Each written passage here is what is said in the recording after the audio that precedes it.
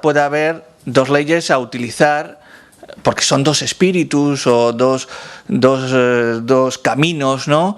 Y yo creo, bueno, no la analicé con toda la profundidad a lo mejor que requieren, no exactamente iguales. Por ejemplo, en la Ley de Acción Exterior pone que hay que enviarlo al Ministerio de Asuntos Exteriores, ¿no?, que dice que recabará los informes de los demás departamentos. En la de Tratados ya pone que se envía a ese ministerio, que lo somete a su asesoría jurídica y, si juzga necesario, lo remitirá o recabará otros informes. Bueno, a mí me parece que o escoges un camino o el otro, ¿no? Hombre, siempre los juristas podemos al final buscar que la literalidad se estire para decir que no son cosas diferentes, pero quería trasladar un poco y saber la opinión, pues, de los ponentes sobre esas dos regulaciones, ¿no?, que supongo que en poco tiempo tendremos sobre la mesa. Sí, yo de lo que es la pequeña intrahistoria no lo sé. Es obvio que los autores son distintos, las plumas son distintas, hasta como está redactada la ley está claro que el origen es de seres humanos diferentes.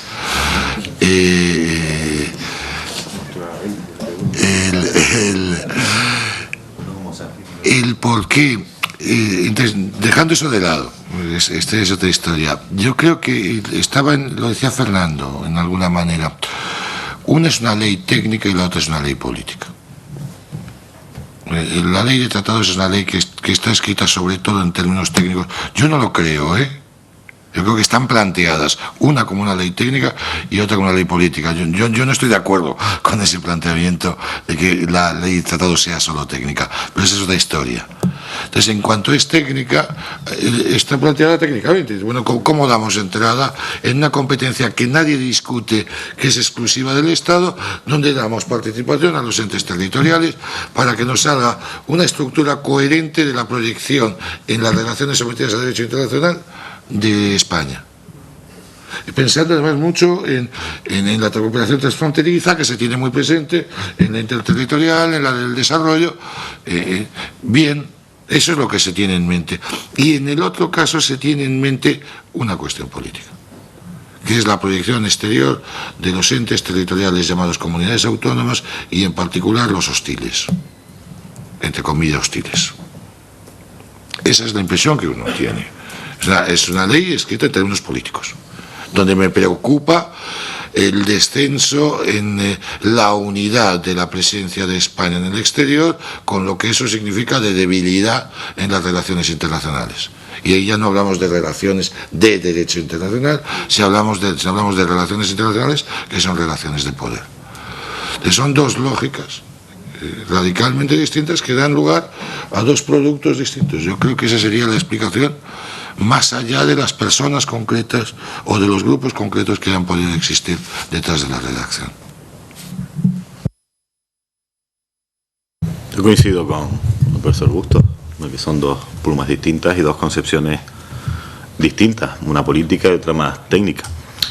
La ley de tratados tampoco aporta mucho. La innovación con respecto a lo que ya hay es que el Estado va a tener que razonar cuando no atienda a las recomendaciones, sugerencias, observaciones de las comunidades autónomas, pero el deber de información y la posibilidad de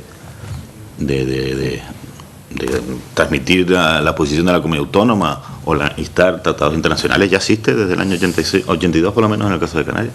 Por tanto, la innovación, repito, es que el Estado, por lealtad institucional, tiene que contestar y razonar cuando no atienda esas observaciones. Y por tanto, desde ese punto, obviamente es más técnico y más de acuerdo con el modelo de Estado y la lealtad institucional, como digo, entre el Estado y las comunidades autónomas. Cosa que no hace la Ley de Acción Exterior.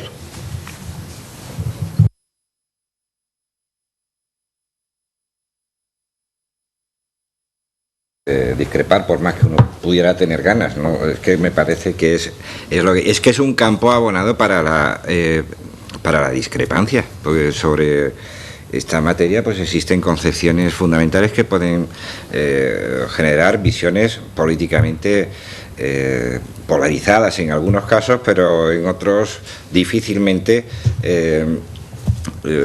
conciliables en algunos de sus aspectos que se consideran fundamentales. Lo lamentable es que parece que se instaura, al menos en términos de debate político, una suerte de principio de desconfianza. Estado, comunidades autónomas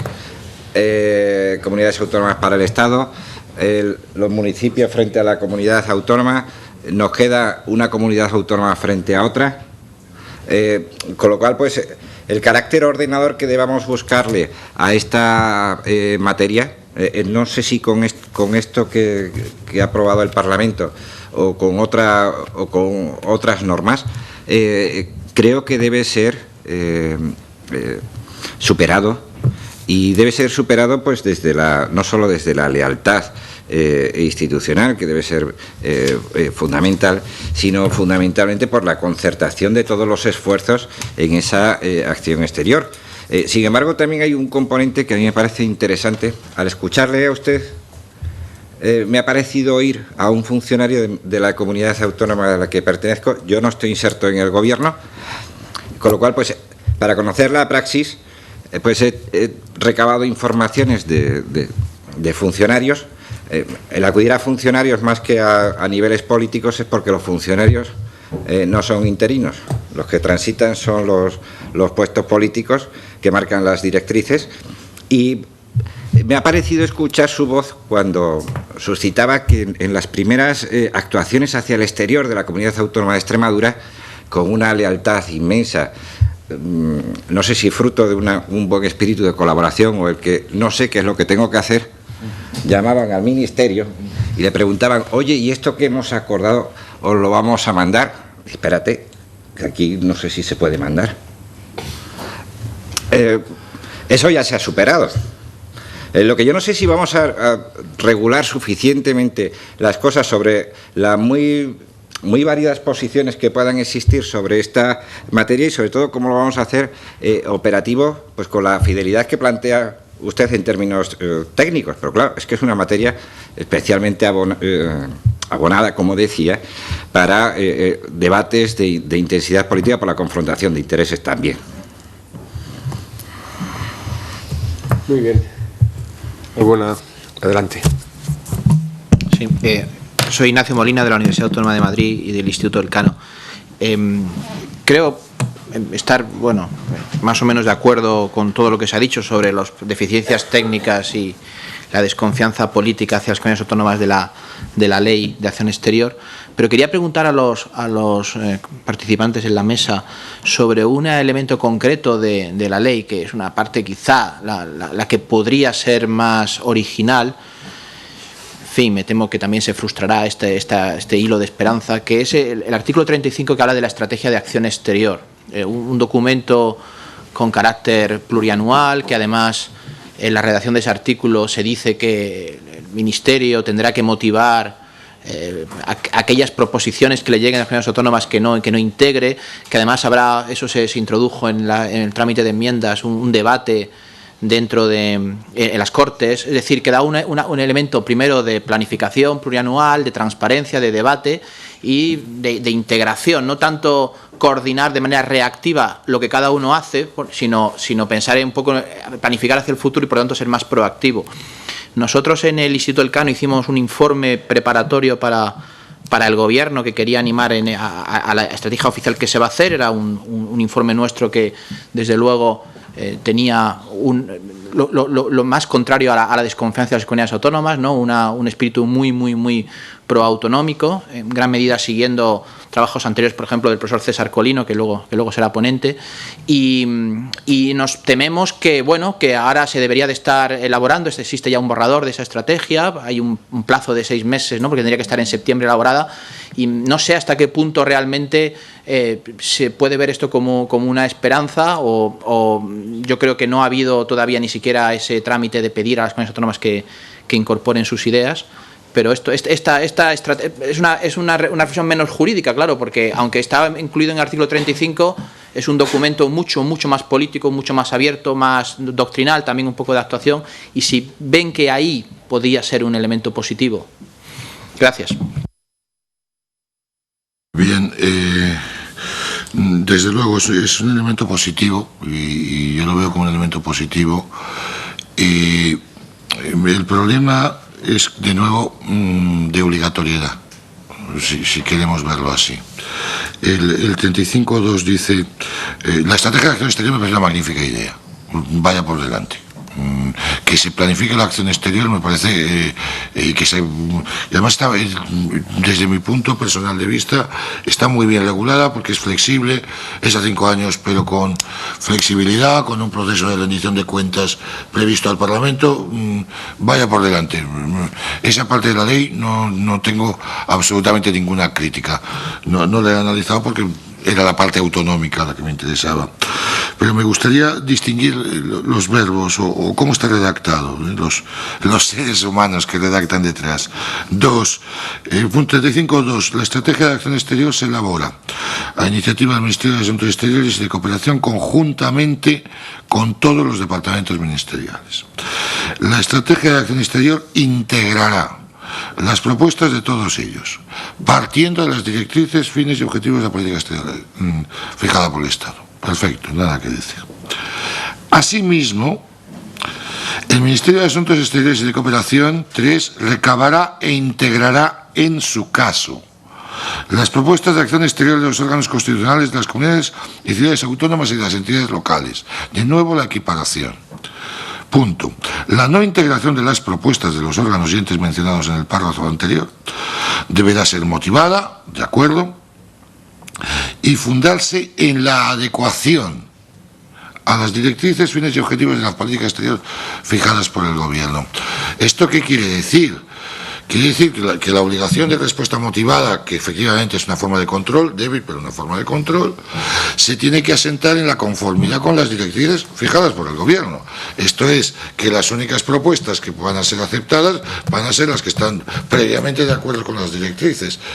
Claro, ya me está vaciando las posibilidades de influencia a la adecuación a las directrices. Efectivamente, podemos hacer una lectura en la cual el Ministerio de Asuntos Exteriores acepte propuestas que se escapan de las directrices. Sí, pero será si quiere. Porque la excusa para rechazarlas las tiene. Es por eso mi idea de que la ley de acción exterior, la idea de que la ley de acción exterior es un margen de actuación, permite margen de actuación, y en eso es positivo.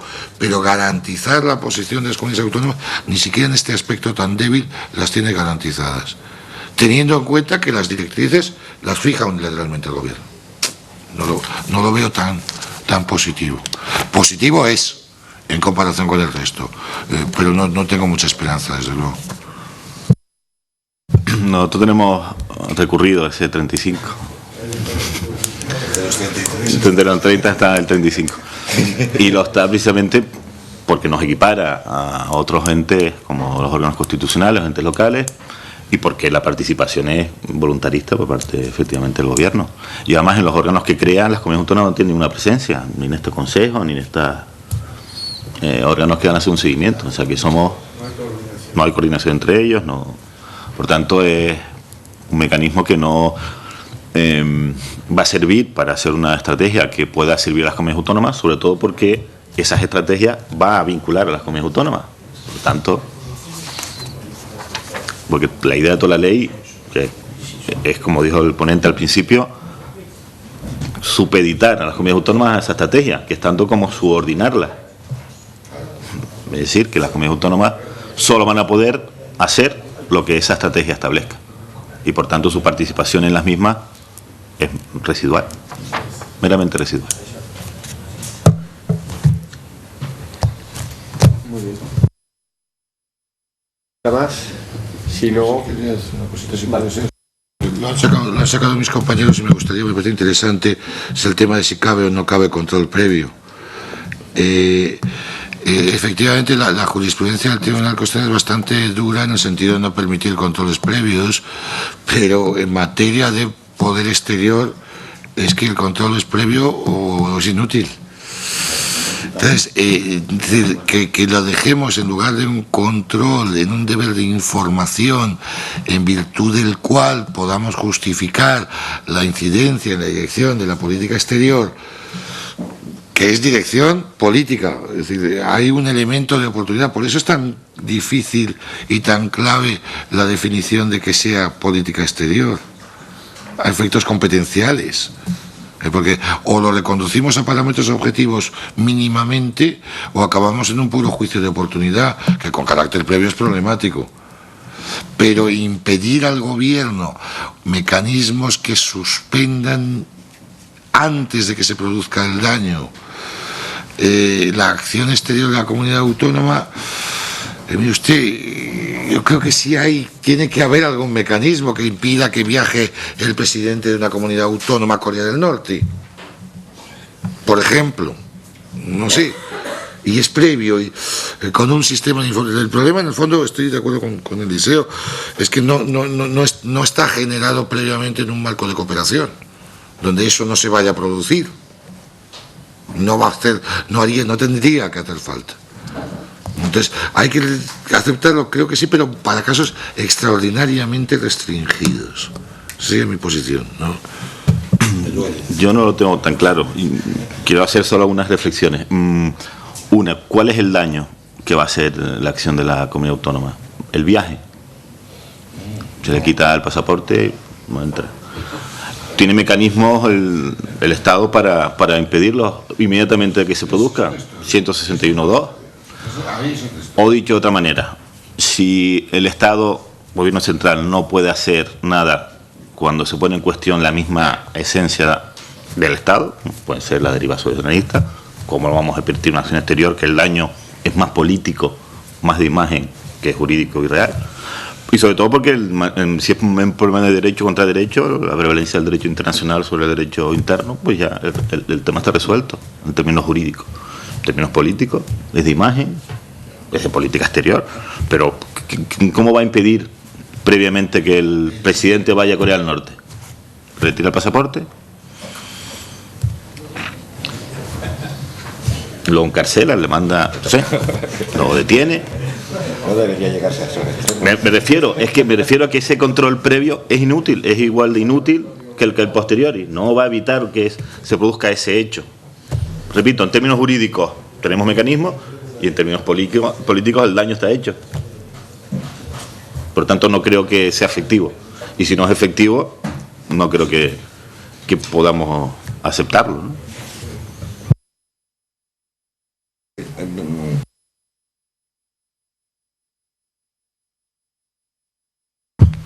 La cuestión de necesidad de ciertos elementos de control previo, pero yo creo que sí, se puede suscitar problemas bastante serios desde ámbitos competenciales de las comunidades autónomas, y es precisamente aquí donde la invocación de mecanismos basados en una lealtad real, no en elementos de concertación del ahora sí, después ya veremos.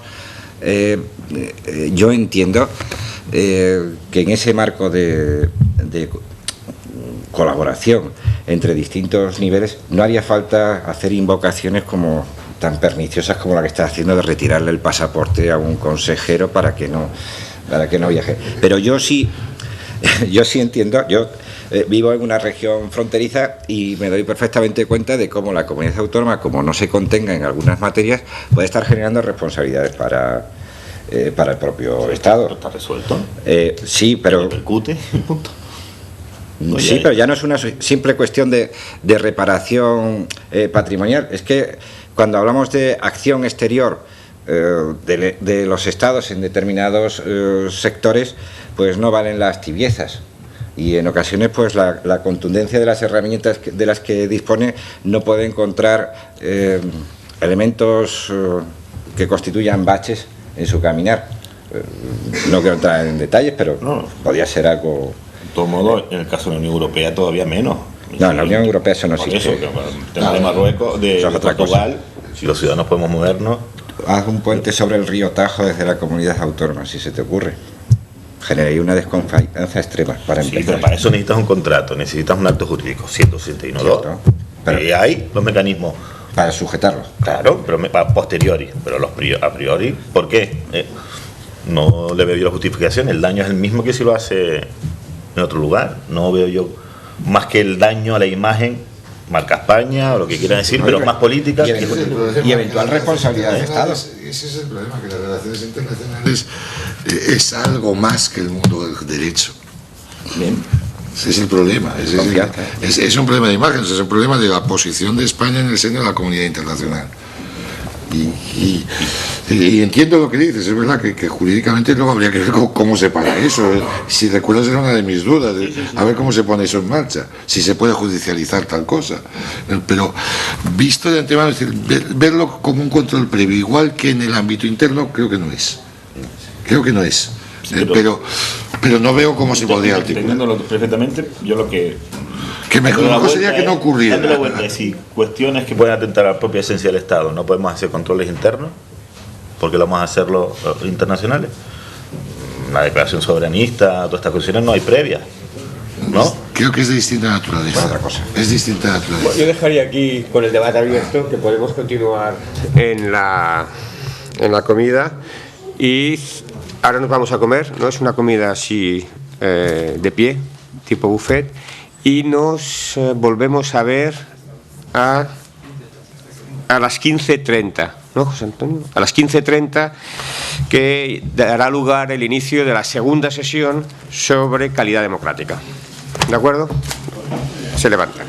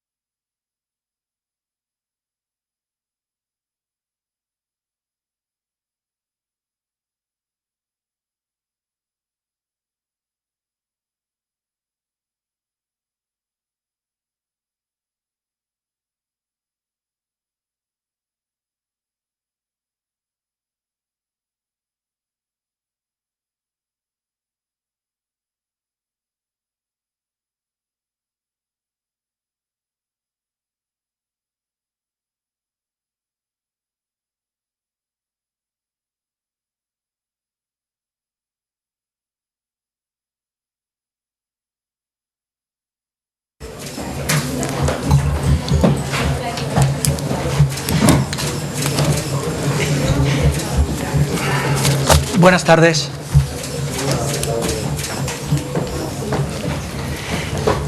Seguimos con el desarrollo del Foro de las Autonomías con esta sesión de tarde, en la cual vamos a debatir, vamos a hablar sobre calidad democrática.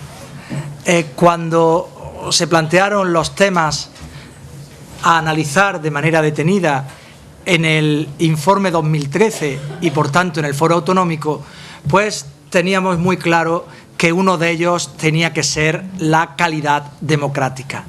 El cómo enfocarlo ya planteaba bastantes más dudas, porque la cuestión de la calidad democrática puede ser aprehendida desde muy distintas perspectivas, pero sin duda es una de las cuestiones que tienen que ocupar y preocupar tanto a los académicos como a la clase política, pues en los próximos años. El cómo atender a esa exigencia de más y mejor democracia, transparencia, información, participación, todo lo que eso significa.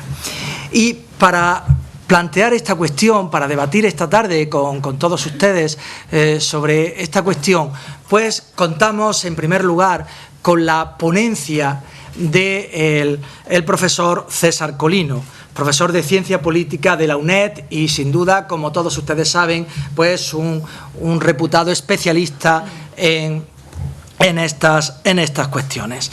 El profesor Colino pues hará su ponencia, pero saben ustedes que la clave del Foro Autonómico es la de establecer la interrelación, el diálogo entre la academia y la política.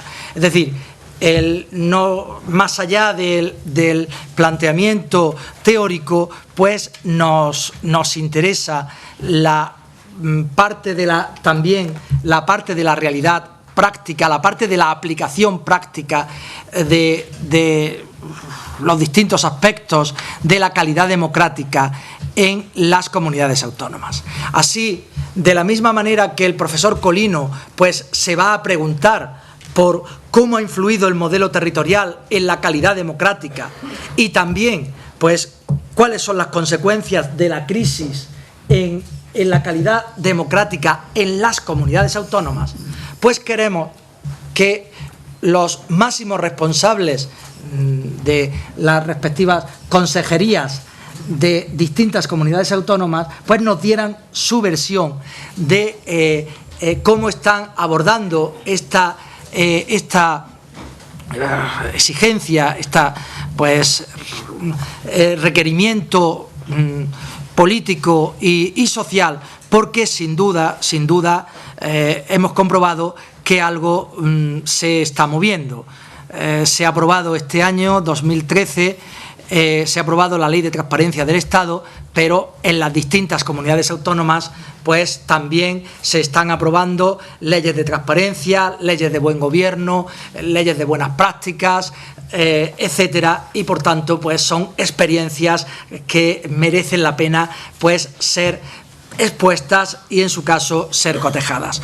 Por eso tenemos aquí con nosotros y queremos agradecerlo pues vivamente al consejero de Presidencia de la Junta de Andalucía, el señor don Manuel Jiménez Barrios, a la consejera de Administraciones Públicas del Gobierno de las Islas Baleares, la señora doña Nuria Riera Martos, y al consejero de Presidencia del Principado de Asturias, el señor don Guillermo Martínez Suárez.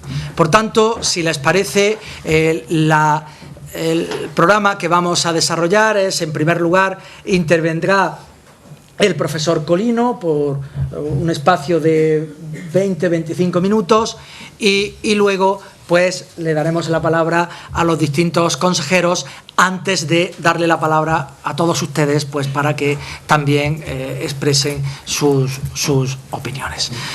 Pues ya sin más, pues el profesor Colino cuando quiera. Ahora, ¿funciona? Sí. Bueno, pues muchas gracias lo primero a los organizadores por la invitación que me han hecho y por la digamos, el honor que me cabe por poder contribuir a este informe de comunidades autónomas que como académico interesado en el Estado autonómico llevo consultando muchos años, realmente, ¿no? Y también este foro en su tercera edición creo que no me he perdido ninguna, o sea que es un honor estar aquí esta vez como ponente, ¿no? Bien, lo que yo voy a hacer, lo que se me pidió, lo que se me sugirió cuando se habló de este tema y de mi participación, era, como ha señalado el profesor Montilla, tratar de ver las relaciones entre el modelo autonómico y la calidad democrática. Es decir, ¿cuál ha sido la contribución del modelo territorial español a la calidad democrática? Las preguntas que se planteaban es, o que yo digamos, tirando del hilo, las preguntas que yo me planteé cuando se me sugirió este tema en un contexto de la crisis en el que el debate sobre la calidad democrática es además un tema de moda, es un tema del que todo el mundo habla, a veces con el riesgo de indefinición, ¿no?, de lo que entendemos por calidad democrática, ¿no? Ahora hay demasiados, quizá se estira el concepto de calidad democrática demasiado. Pues tratarlo de bajar a determinadas dimensiones o medidas empíricas que nos permitieran asirlo de una forma un poco más clara, un poco más coherente. Entonces, las preguntas que yo me planteaba, como digo, era si el Estado autonómico ha mejorado la calidad de la democracia o se puede sostener que el Estado autonómico es una de las cosas que impiden o inhiben una mayor calidad de la democracia en nuestro país, como se ha sugerido a veces en algunos discursos críticos contra el Estado autonómico. Asimismo, había una pregunta metodológica, es cómo podemos medirlo, cómo podemos saber qué dimensiones vamos a usar para entender cuál es la calidad de la democracia y cómo ha evolucionado antes y después de la crisis. Y eso también nos lleva a discutir, también en términos comparativos, nos lleva a discutir hasta qué punto la calidad de la democracia en España y en nuestro modelo descentralizado, federal, etcétera, es diferente a la de otros sistemas descentralizados o federales. Y luego la idea era examinar cuáles han sido los efectos de la crisis en nuestro modelo. Si ciertas reformas o cierta ola de iniciativas de reforma que afectan a determinadas innovaciones democráticas, que afectan a los sistemas de representación, que afectan a las relaciones entre ciudadanos, administraciones, o que afectan a la configuración de los partidos o que afectan a determinadas otras dimensiones, se ha quedado simplemente en una discusión, digamos, hay un discurso reformista general, paralelo a un discurso también antipolítico y paralelo a un discurso sobre la desafección, o si realmente ese discurso se ha ya traducido en algún tipo de reformas concretas que podamos ya estudiar y que van en una determinada dirección. Por tanto, otra de las cosas que yo pretendía hacer en esta ponencia, de forma exploratoria, porque como digo también esperaba también las reacciones desde diferentes comunidades autónomas y informaciones que a lo mejor yo no tenía al hacerlo, cuando se me encargó esto, hasta qué punto podemos identificar diferentes tipos de reformas, cuáles son las diferentes motivaciones de las reformas y, por tanto, quizá también si podemos decir algo respecto a sus perspectivas de éxito o su efectividad en cierta medida. Entonces, estas son un poco las preocupaciones que había detrás de mi ponencia. Bien. Debo decir que a pesar de digamos, una gran actividad de publicación en la literatura científica o la doctrina, como decís los juristas, se ha ocupado crecientemente de esta cuestión y cada vez se encuentran más artículos sobre la participación, las medidas de participación, las medidas que están haciendo los diferentes parlamentos, las diferentes administraciones. Hay toda una industria ahora mismo sobre el gobierno abierto, sobre la participación ciudadana, sobre el uso de las TICs en las relaciones entre gobiernos y ciudadanos, etc. no había tanta literatura sobre el tema de la calidad democrática, y menos en el nivel autonómico. Es verdad que hay varios estudios comparando países europeos o países de la OCDE o países de todo el mundo y tratando digamos, de proponer medidas sobre la democracia, ¿no? Una vez que la mayor parte de los países ya son democráticos, ya no tiene mucho sentido hablar de transiciones o hablar de consolidaciones, etcétera, sino que, digamos, el siguiente paso, por lo menos en la ciencia política y en los estudios sobre la democratización y la democracia, el siguiente paso es tratar de comparar qué democracias son mejores o qué se puede hacer por mejorar las democracias, etcétera. Entonces, en esa línea sí que han surgido muchos instrumentos de análisis en ciencia política y por algunas organizaciones, digamos, internacionales, que tratan de comparar los países identificando medidas, identificando dimensiones de qué sea una democracia, digamos, a la que se debe aspirar y qué dimensiones debemos mirar para entender que una democracia es de calidad o que una democracia es de menos calidad. El problema con estos grandes proyectos comparativos normalmente es que los datos son agregados al nivel nacional, es decir, no entran en el nivel de las comunidades autónomas o de las entidades subestatales, tampoco miden las diferencias entre los territorios y como saben ustedes, están basadas normalmente o bien en la opinión de expertos, de un panel de expertos, o bien están basadas en datos demoscópicos, es decir, en encuestas, donde se le pregunta a la gente qué opinan de determinados elementos de funcionamiento de un sistema.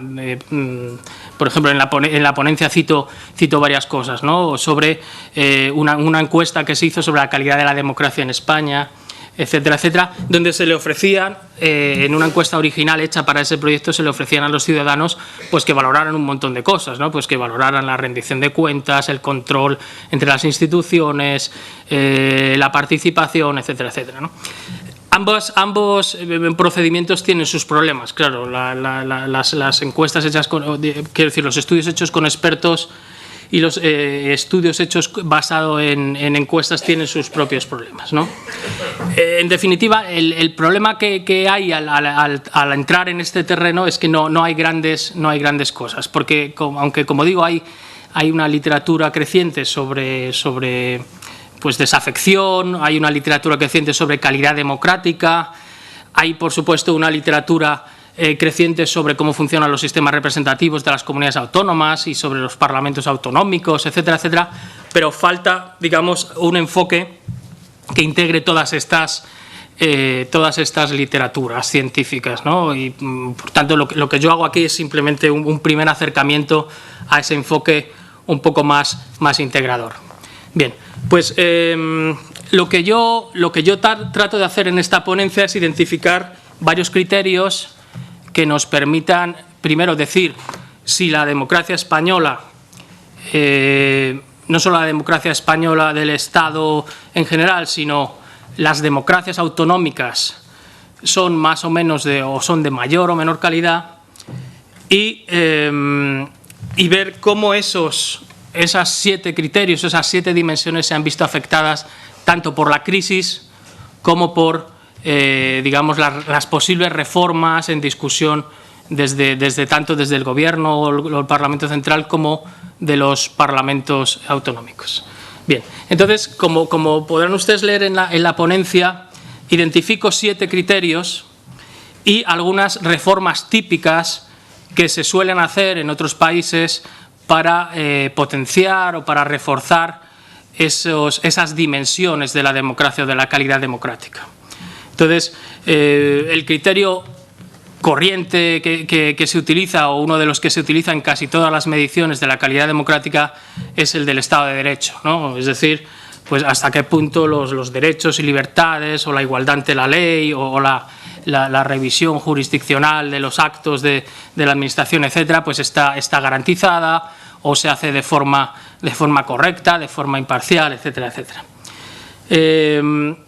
Luego, otra de las dimensiones típicas que se mencionan es lo que podríamos llamar responsabilidad vertical o electoral, ¿no? Responsabilidad, traduzco aquí accountability, pero ya saben que en otros casos se puede traducir como rendición de cuentas, pero creo que digamos que responde un poco a la idea que yo quiero mostrar. Bien, eso veo que está mal aquí, he puesto lo de Estado de Derecho, lo he puesto mal, he puesto en responsabilidad vertical. Bien, el tercer punto sería responsabilidad horizontal o interinstitucional, que consiste en la división de poderes, hasta qué punto unos poderes, es decir, hasta qué punto existe un típico sistema de frenos y contrapesos y unos poderes, digamos, controlan a los demás, tanto de forma vertical como horizontal, los ejecutivos, los legislativos, o dentro de la división de poderes vertical mediante la descentralización o la autonomía política.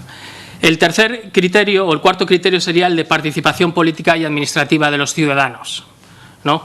Suponemos que a mayor participación política de los ciudadanos hay una mayor calidad democrática. Las reformas que se suelen aplicar o que se suelen, digamos, proponer cuando se quieren potenciar, las ven ustedes en la columna de la derecha. No voy a entrar por falta de tiempo, pero en este caso, pues la introducción de referéndums, la introducción de las peticiones, o el aumento de, por ejemplo, la participación de los no afiliados o de los afiliados en la selección de líderes dentro de los partidos, etcétera, etcétera.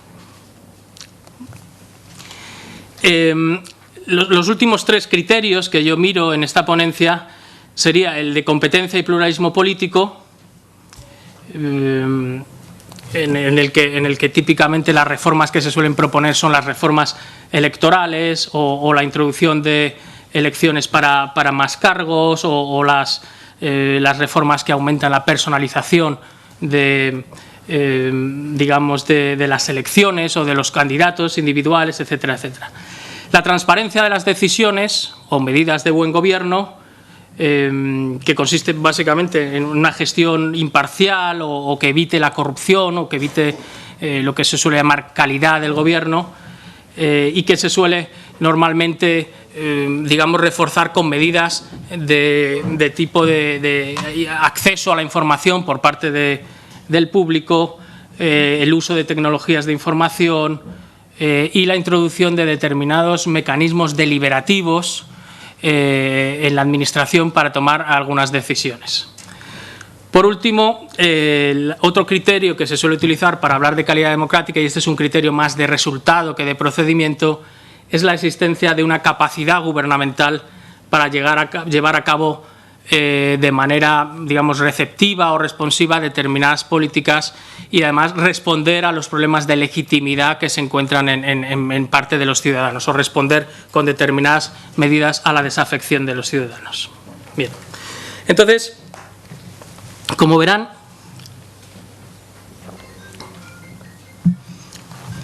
en la ponencia repaso más o menos estos criterios y trato de establecer hasta qué punto el Estado autonómico, en función de estos 7 criterios, ha respondido en sus 30 y tantos años, ha respondido a estos criterios, o ha potenciado o ha impedido o ha dificultado algunos de estos criterios. El diagnóstico es en general positivo, es decir, el Estado autonómico no ha sido realmente una cortapisa para la democracia, ni ha reducido en ningún caso, se podría argumentar, la calidad democrática, aunque sí es verdad que encontramos algunas tensiones en algunos aspectos no muy diferentes de las que encontramos en otros sistemas federales. Por ejemplo, en el tema de la responsabilidad o la rendición de cuentas vertical, pues hay problemas, como en otros sistemas donde las competencias son concurrentes, hay problemas para identificar o atribuir la asignación, o para asignar responsabilidades a los diferentes niveles, lo que implica, por supuesto, pues ciertos problemas de responsabilidad vertical a los gobiernos. Estos problemas se han visto agravados con la crisis y con, digamos, el impacto o la importancia de las decisiones supranacionales en las políticas económicas y en las políticas presupuestarias de todos los niveles de gobierno.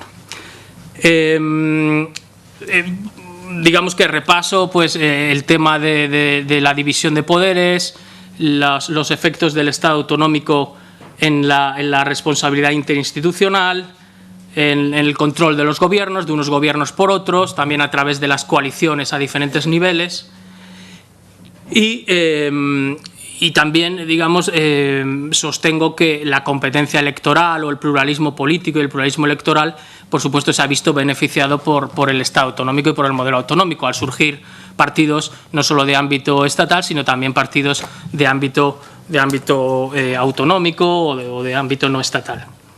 Es verdad que el punto negro, quizá, respecto al modelo descentralizador nuestro, quizás sea el tema de la transparencia y el buen gobierno, ¿no? Hay una falta clara, digamos, parece haber consenso entre todos los analistas que el Estado autonómico no ha producido la información necesaria que existe en algunos otros sistemas federales respecto a las actividades, a las políticas o los procedimientos de los diferentes gobiernos autonómicos. Y también es evidente por todos los indicadores que tenemos que en muchas comunidades autónomas se ha producido el surgimiento de corrupción. ¿Cuáles son, aparte de estos problemas que uno podría atribuir o uno podría relacionar con el modelo territorial? Hay otros problemas de calidad democrática que no tienen tanto que ver con el modelo territorial, tienen quizá más que ver con el modelo constitucional parlamentario que se decidió tanto para el nivel central como luego, digamos, por emulación o por lo que sea, se instauró en las comunidades autónomas. Entonces, está claro que algunos de los elementos de nuestro sistema, algunos de los elementos característicos de nuestro sistema que, digamos, tienen incidencia negativa en algunas de las dimensiones típicas de la calidad y que en los que suelen coincidir la mayoría de los analistas de la democracia española, tanto en el nivel central como en el nivel autonómico, es el predominio de los ejecutivos sobre los parlamentos, y la falta de control, el poder excesivo de los grupos parlamentarios sobre los diputados individuales, la falta de competitividad y representatividad en algunos sistemas electorales, en algunas comunidades autónomas, en función del tipo de circunscripción o el tipo de fórmula electoral, la escasez o la dificultad de usar instrumentos de democracia directa, que aunque están previstos no se suelen utilizar o no se suelen desarrollar. También se habla en términos de participación o pluralismo, se ha señalado la interferencia política de los medios de comunicación, que es especialmente evidente en el nivel autonómico, aunque no es inaudita en el nivel central, digamos. Problemas de acceso a partidos nuevos, politización e ineficacia en los órganos de fiscalización, excesiva politización de las altas, digamos, de los escalones altos de las administraciones públicas, tanto a nivel regional como local, corrupción en la financiación de partidos, lentitud de la justicia y el surgimiento de determinadas redes de patronazgo, clientelismo y corrupción en algunas comunidades autónomas. Digamos que ese es el diagnóstico típico que uno digamos, percibe leyendo a los analistas o a los expertos en democracia española y que también percibe cuando mira todos estos análisis o todas estas auditorías democráticas, tanto las basadas en expertos, en paneles de expertos, como las basadas en lo que opina la mayor parte de la ciudadanía, ¿verdad? Entonces, a estos problemas que podríamos considerar objetivos, pues en los últimos años y en parte a raíz de la crisis económica se ha añadido una alta desafección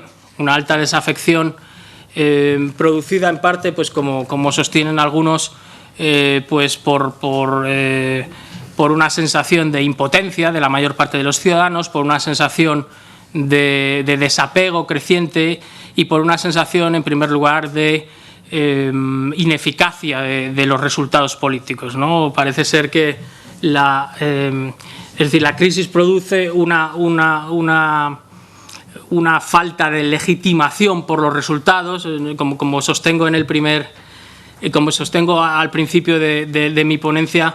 si distinguimos los dos tipos de legitimación típica que, por ejemplo, Scharf señala, ¿no?, en los sistemas democráticos, la legitimación de output o la legitimación por los resultados y la legitimación de input o la legitimación por los procesos, está claro que digamos, la crisis lo que hace es socavar gravemente la legitimación por los resultados, ya que los sistemas políticos no responden a las necesidades de sus ciudadanos y, en parte, incita a la mayor parte de los políticos o a la clase política a tratar de legitimar el sistema mediante la participación pública o abriéndose digamos, al input de los ciudadanos, que parece que así lo exigen, además. Entonces, rápidamente, unos datos sobre la desafección para que se hagan una idea rápida de cómo ha evolucionado.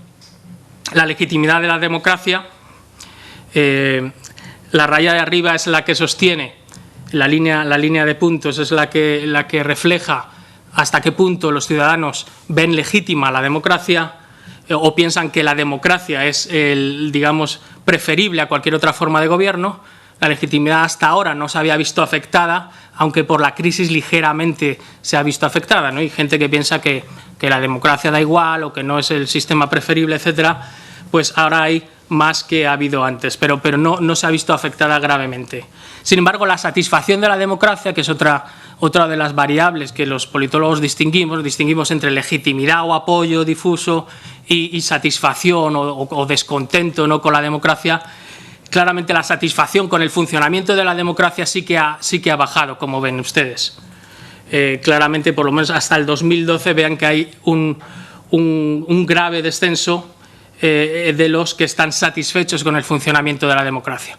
No significa que los que estén insatisfechos con el funcionamiento de la democracia vayan de pronto a volverse autoritarios o a pensar que una dictadura es mejor o algo así, pero sí que sabemos que si esta insatisfacción se mantiene o este descontento se mantiene, sí que puede tener efectos, pues, en el comportamiento electoral o en el comportamiento, digamos, pues en el apoyo a partidos populistas, en el apoyo a partidos antisistema y otro tipo de comportamientos.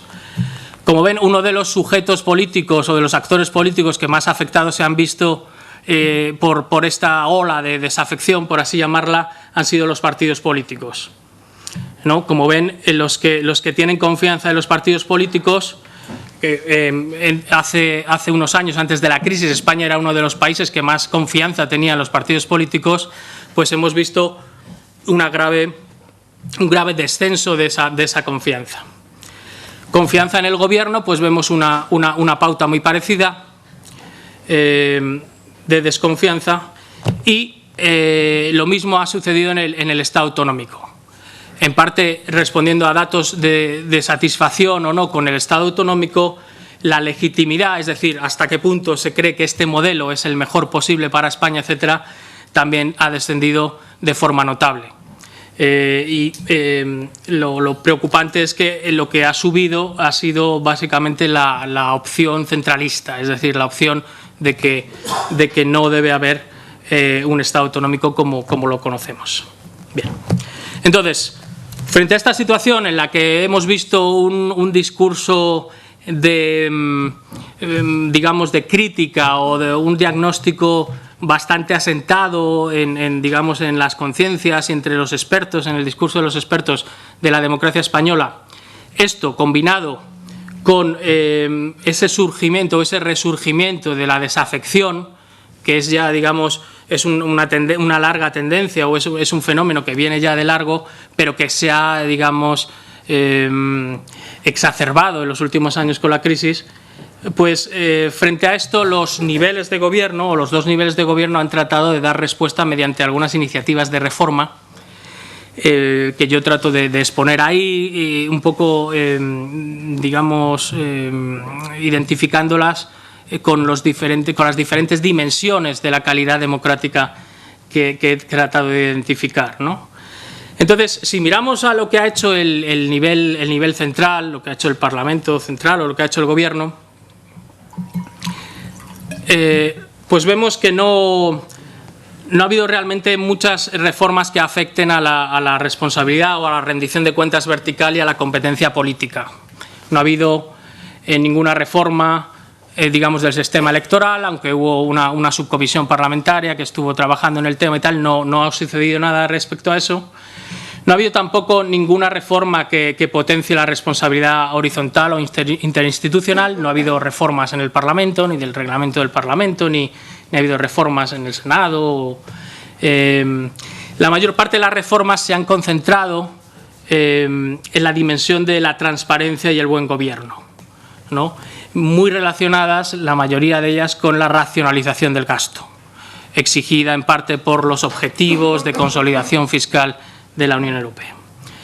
Es verdad que, aparte del llamado Plan Cora de reforma de las administraciones y la ya mencionada Ley de Transparencia, Acceso a la Información y Buen Gobierno, que también en parte ha sido criticada por sus efectos o por su diseño, el Gobierno actual ha planteado un Plan Nacional de Regeneración Democrática, ¿no?, que contiene varias medidas de control, de transparencia de la actividad pública, de los altos cargos, de la contratación pública, etcétera, etcétera, que está, digamos, en curso. Tendremos que ver a qué llega y tendremos que ver hasta qué punto realmente potencia y tiene luego alguna virtualidad en el combate de la desafección pública o de la desafección ciudadana.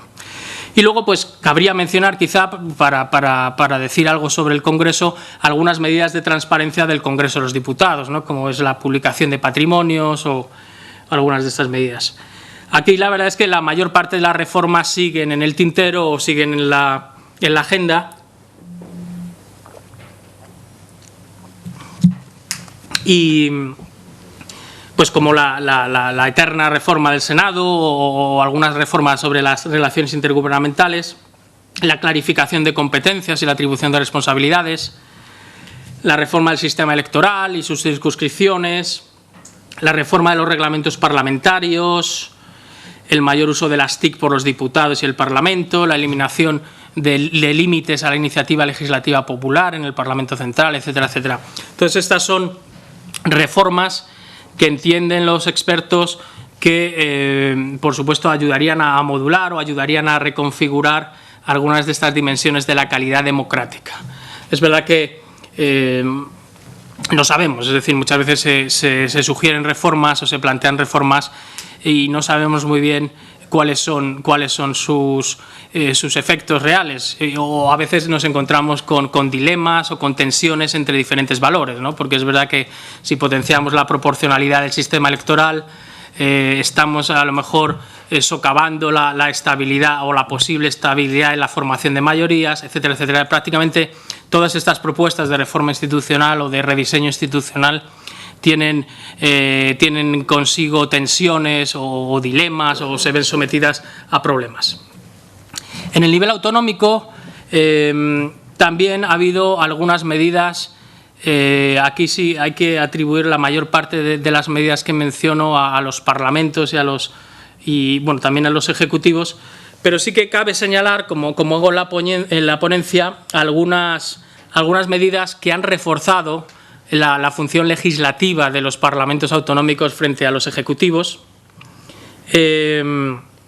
como por ejemplo la introducción de mecanismos de información sobre proyectos, el incremento de los tiempos de control o de las sesiones de control. Y sobre todo cabe mencionar, por lo menos por su impacto público, la apertura de los parlamentos a la participación ciudadana y la mayor transparencia que parece haber cundido entre muchos de los parlamentos autonómicos en sus actividades, ¿no? Entonces yo menciono ahí, por ejemplo, pues algunas regulaciones nuevas sobre consultas populares e iniciativas legislativas populares, el fortalecimiento de la información o la imagen de los parlamentos frente a los ciudadanos sobre sus actividades. Por ejemplo, creo que Transparencia Internacional ha creado un índice de transparencia de los parlamentos donde ha valorado con una serie de indicadores todos los parlamentos y asambleas autonómicas y podemos, por ejemplo, también pues, mencionar las webs individuales de los parlamentarios, el uso creciente de las redes sociales por parte de los parlamentarios y los propios parlamentos, etcétera, etcétera. Luego, otro desarrollo que hemos visto, y en parte quizá ese es el más preocupante desde un punto de vista de la calidad democrática, es la supresión de algunos órganos de control externo en algunas comunidades autónomas. Por ejemplo, los tribunales de cuentas o defensores del pueblo autonómicos. Esto aparentemente, aunque tiene digamos que tiene una racionalidad, digamos, de austeridad o de racionalización del gasto, parece preocupante desde el punto de vista de cualquier concepto de control horizontal o de rendición de cuentas interinstitucional, ¿no? Ya que no es creíble que digamos, los órganos de control externo del Gobierno central puedan asumir, ya que ya están de por sí bastante sobrecargados con su propia labor, no es muy plausible que digamos, asuman las tareas también de los órganos de control de las administraciones autonómicas, ¿no? No parece que haya habido tampoco ningunas medidas en función o, digamos, dirigidas a la despolitización de los medios o a las medidas que impidan o que eviten el control de los medios de comunicación autonómicos en muchas comunidades autónomas. Sabemos que los órganos parlamentarios de control de los medios no funcionan bien y sabemos también que algunos consejos individuales, me parece que hay 3 simplemente, tampoco cumplen la labor, digamos, de vigilantes que se les ha encargado. Por último, cabe mencionar, y eso sí, ya les digo que sobre eso hay mucha literatura, hay mucha actividad y mucha gente ha puesto su esperanza en estas medidas, las medidas de transparencia y buen gobierno en las administraciones autonómicas.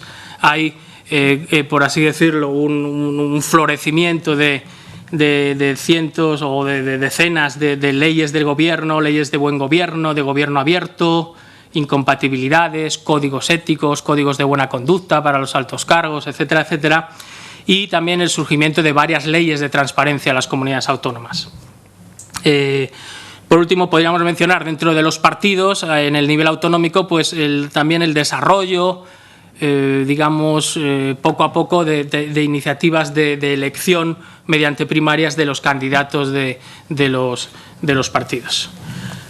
Entonces, como conclusión, creo que me estoy pasando de tiempo, diríamos que la mayoría de las deficiencias que se señalan en la calidad de la democracia española no tienen que ver con el modelo descentralizador, bien al contrario, podemos incluso argumentar que la democracia en algunas dimensiones se ha potenciado gracias a nuestro modelo autonómico.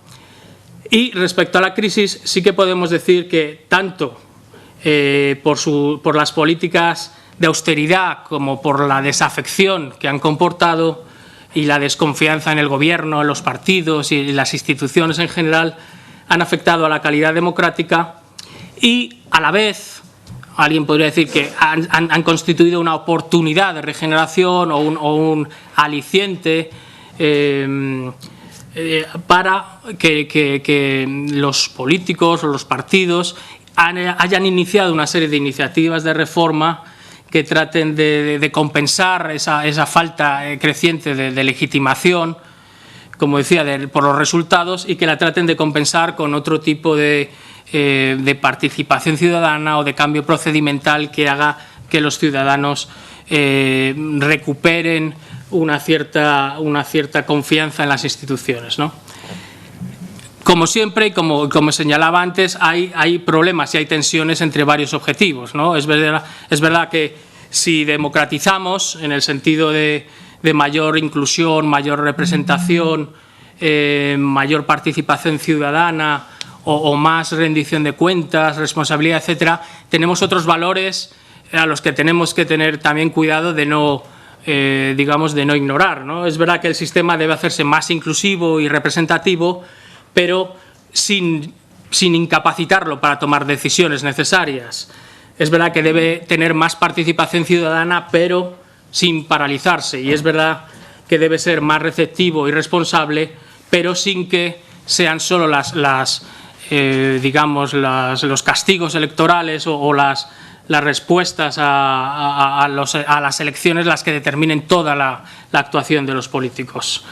Hay varios problemas en los que no voy a entrar porque no me da mucho tiempo, pero luego quizá en la discusión uno es el papel real de los parlamentos, es decir, de qué nos sirve tanta apertura de los parlamentos o tanta participación ciudadana en los parlamentos en el supuesto de que la hubiera, si la mayor parte de las políticas públicas ya no se hacen en los parlamentos, ¿no? Si muchas veces se hacen por comisiones no electas o por grandes organismos autónomos en redes europeas de organismos autónomos especializados o agencias especializadas, son las que determinan las políticas y ya no las hacen los parlamentos. El segundo problema es hasta qué punto mantenemos la movilización y el interés ciudadano en esas nuevas vías que se abren en los parlamentos, hasta qué punto los ciudadanos van a participar en esas nuevas vías.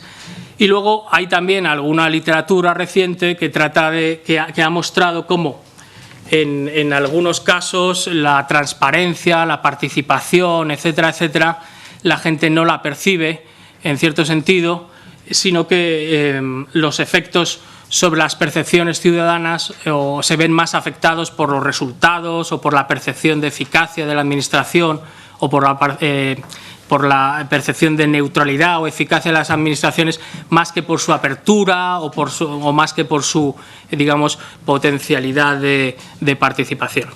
Entonces, ahí lo dejo y siento haberme pasado. Gracias. Muchas gracias, profesor Colino. Por tanto, un repaso creo que completo a la cuestión en el ámbito autonómico, a cuáles han sido las consecuencias de la crisis en la calidad democrática en el ámbito autonómico. De alguna manera, como se advierte, una cierta paradoja. Por un lado, pues la crisis tiene algunos elementos que pueden suponer un aumento del déficit democrático, pues la desaparición de algunos órganos de control, pero por otro lado se advierte claramente una reacción por parte de las comunidades autónomas, también por parte en el ámbito estatal, ante esto que se ha denominado desafección política. Y en este sentido, pues se empiezan a poner en marcha experiencias, proyectos, propuestas pues que permitan superar esa situación y, en definitiva, pues van en favor de esa calidad democrática. Ahora, digamos que corresponde el referirse a esas experiencias, a las experiencias concretas de las diversas comunidades autónomas. Por tanto, sin más, le doy la palabra a don Manuel Jiménez Barrio, el consejero de Presidencia de la Junta de Andalucía. Bien, buenas tardes. Es un placer estar aquí, ¿no?, y participar en la organización de esta tercera jornada. No sé si después del diagnóstico pues tendré más acierto o no, pero realmente yo creo que decirles que yo soy de los convencidos, ¿no?, convencido de que mi posición en este sentido es la compartida por mucha gente, ¿no? La construcción y la ampliación del Estado autonómico ha sido un camino, en mi opinión, de profundización de la calidad democrática. Lo digo para no dejar lugar a dudas desde el primer momento, ¿no? Y por tanto la consolidación democrática tiene mucho que ver también con el papel que han venido realizando los parlamentos y los gobiernos autonómicos, ¿no? Y además que descentralización y democracia son procesos paralelos y por tanto son retroalimentados unos con otros y por tanto, en mi opinión, la voz de la región y la capacidad de decisión que han tenido sus parlamentos y sus gobiernos son, en mi opinión, también las que han posibilitado llegar con las luces y con las sombras hasta el momento en el que nos encontramos, ¿no? También en la construcción del actual Estado autonómico tiene mucho que ver el peso adquirido, en este caso de nuestra comunidad, por la dimensión geográfica, territorial y poblacional, y por tanto también porque nosotros hemos venido peleando desde el primer día porque hubiera igualdad entre los territorios, y recordarán aquello del papel que jugó Andalucía en el diseño que distinguía y ponía a disposición de la ciudadanía andaluza la posibilidad de pelear por la igualdad y por tanto no permitir desigualdad entre unas comunidades y otras. Nos recordarán aquello de cómo defendió Andalucía su posición en el 151, ¿no? Por eso que si tenemos que abordar cualquier reforma futura, en esa reforma futura Andalucía quiere estar, más allá de la casuística del momento, que tampoco, como comprenderán, es apasionante, y en el día en que yo les hablo también muy de acuerdo con las primarias de los partidos políticos, ¿no? Por tanto, Es verdad que en esto es también apasionante. Para profundizar en la democracia lo importante es tomar conciencia de sus dificultades. Las tiene en este momento la sociedad, las tienen en este momento las organizaciones políticas y las tienen también los profesionales y los académicos que forman parte del debate que en este momento nos trae esta tarde aquí, ¿no? Y es verdad que hay que caminar por la profundización democrática, hay que equiparar a España con los niveles que ya están estandarizados y por tanto eso parece también una obviedad. Pero creemos que esta fórmula descentralizada, en mi opinión, es la que mejora la calidad democrática, ¿no? Antes se ha dicho si la desaparición de algunos órganos fundamentales, ¿no? Que sería en Andalucía si la Cámara de Cuentas hubiera desaparecido, cuando es precisamente la Cámara de Cuentas la que ha posibilitado que los controles democráticos funcionen, ¿no? Y que diríamos si la estatal tuviera todavía que controlar los miles de procedimientos que en estos momentos se producen en las autonomías, ¿cuánto tardaría la Cámara estatal, ¿no? Por tanto, yo creo que son cosas que son obviedades y las cámaras de cuentas son necesarias.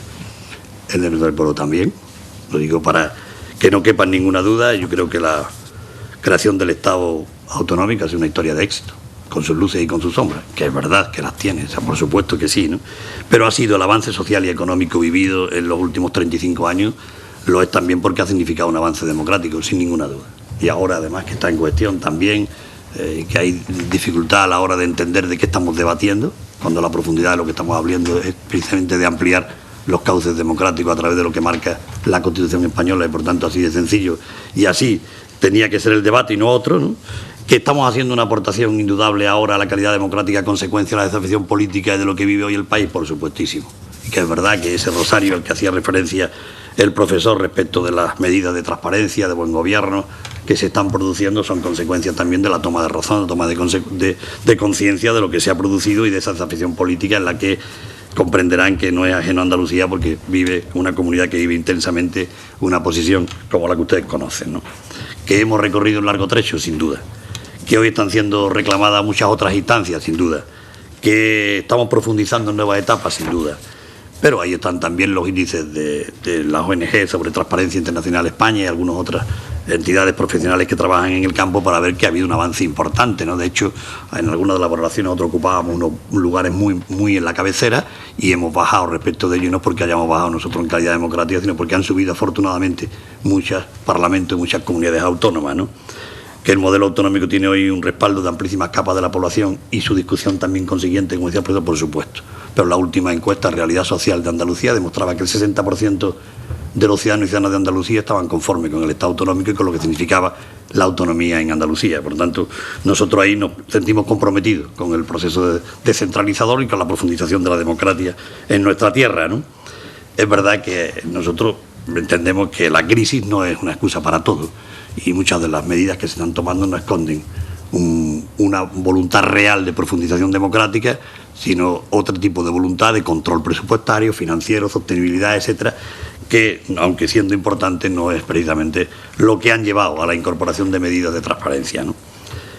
Por tanto, yo creo que nosotros, las comunidades autónomas que mantenemos a salvo servicios básicos, que prestamos los esenciales, no sin esfuerzo, además cumpliendo el déficit público, y mire que lo digo yo desde una comunidad autónoma que ha cumplido con el objetivo de déficit público marcado y por tanto aportando al conjunto de España lo que es desde Andalucía el que cumplamos con el objetivo de déficit público y una diversidad de formas de gobierno. A nadie se le escapa también que nosotros hoy en este panorama político de las comunidades autónomas de España somos una isla junto con algún compañero de la mesa y que además es un gobierno de coalición entre una fuerza como es Izquierda Unida y el gobierno del Partido Socialista, que es una experiencia novedosa no solo en España, pero novedosa, y que significan también avances en la profesión democrática, porque es lo que quiso nuestro electorado y es lo que están obligados las fuerzas de izquierda. Yo no les voy a hacer aquí un relato pormenorizado de lo que significa el avance que se han ido produciendo respecto de nuestras normas y de nuestra actuación y nuestra actividad y el impulso político, pero es verdad que algunas de ellas, como decía la Cámara de Cuentas, el Defensor del Pueblo, todas esas cuestiones han tenido una actuación fuerte y potente en Andalucía, ¿no? Algunas de ellas, me viene a la memoria ahora, el Parlamento en el Parlamento del escaño 110, ¿no? Que es la posibilidad de iniciativa parlamentaria por iniciativa popular, que por cierto se va a estrenar próximamente en el Parlamento con la obligación de las firmas correspondientes, y se va precisamente una iniciativa popular de UPyD que ha conseguido las firmas necesarias para debatir sobre la reforma electoral en Andalucía, cuando además también hay creado ya un grupo entre los diferentes grupos parlamentarios para la discusión sobre lo que significa la posibilidad de cambiar nuestra ley electoral, que abierto tampoco estoy de acuerdo con lo ocurrido en otras comunidades que ponen en cuestión el número de diputados, simplemente, en mi opinión, desde un punto de vista populista. Y en eso yo creo que, usando la propia clasificación del profesor César Colino, que ha hecho mención en otras ocasiones también, y aquí también, sobre las reformas entre constructivas, populistas o de distracción, yo me apunto a las primeras. Creo que esas realmente son las importantes, porque, en mi humilde opinión, si nos vamos a conducir siempre por las populistas, por lo que quiere oír la gente, cometemos el error de hacer de estos tribunales de papel, ¿no? Y estamos haciendo permanentemente una carga de profundidad sobre lo que debe ser un Estado democrático, potente y fuerte, ¿no? Nosotros, además, venimos de situaciones que ya tienen historia, ¿no? Nosotros tenemos una dirección de la radio-televisión pública elegida por un sistema de mayoría cualificada en el Parlamento, que hace que en este momento haya un subdirector en funciones, porque no hemos sido capaces de ponernos de acuerdo las fuerzas políticas, pero es obligatorio el nombrar al director y el propio subdirector, con la mayoría cualificada, por tanto, de 3/5, y hay 3 grupos parlamentarios que hacen difícil, pero es obligado el acuerdo. Hay un Consejo Audiovisual que mide, y yo no estoy de acuerdo también con el vulgo popular de la utilización de los fines públicos, creo que es mucho peor en esferas privadas, sobre todo porque ahí está el estudio último de lo que significan los datos objetivos de medición, de cómo los informativos públicos de medición objetiva están publicados, por tanto no estoy contando ninguna milonga. Pueden ver cuál es la participación del gobierno, cuál es la participación de la oposición, no solo en la televisión pública de la comunidad autónoma, sino en todos aquellos instrumentos, radio o televisión, que sean públicos. Y es fácilmente comparable y, por tanto, es objetivable, es razonable verlo, y eso, en mi opinión, es también una oportunidad para profundizar. Nosotros no solo hemos hecho reformas de este tipo, sino, por ejemplo, también la fiscalización previa. Las transferencias de financiación tienen que tener una fiscalización previa y posterior, para que ese instrumento, que ha dado tanto que hablar, sea un instrumento que tenga la fiscalización previa desde el principio y luego, lógicamente, también al terminar. La presidenta de la Junta no comparece solo en el debate del Estado de la Comunidad, sino que ha comprometido su presencia 2 veces en el Parlamento de Andalucía, o sea, una en cada sesión del año. Hemos abierto, y hace ya mucho tiempo, una oficina de control presupuestario, también en el Parlamento. Y hemos tomado iniciativas que algunas de ellas son discutibles, como por ejemplo que los propios órganos del Gobierno, los propios consejeros y consejeras, hicieran una declaración, colgaran las declaraciones de IRPF en su portal, pero no solo la suya, sino también el de sus parejas. Es verdad que eso es discutible, pero compañeros y compañeras de los miembros y miembros del Gobierno son precisamente quienes están colgados. Y también hemos iniciado una política de los órdenes del día colgados previamente en la red para poder comprobar qué orden del día es del Consejo de Gobierno. Y es verdad que eso puede ser equiparable a cualquiera, pero no es equiparable a cualquiera, que hay que colgar los expedientes correspondientes que han formulado cada una de las consejerías que lleven a ese órgano de gobierno. Ese es un tema importante, novedoso, que es verdad que, a pesar de la novedad, no está siendo muy utilizado.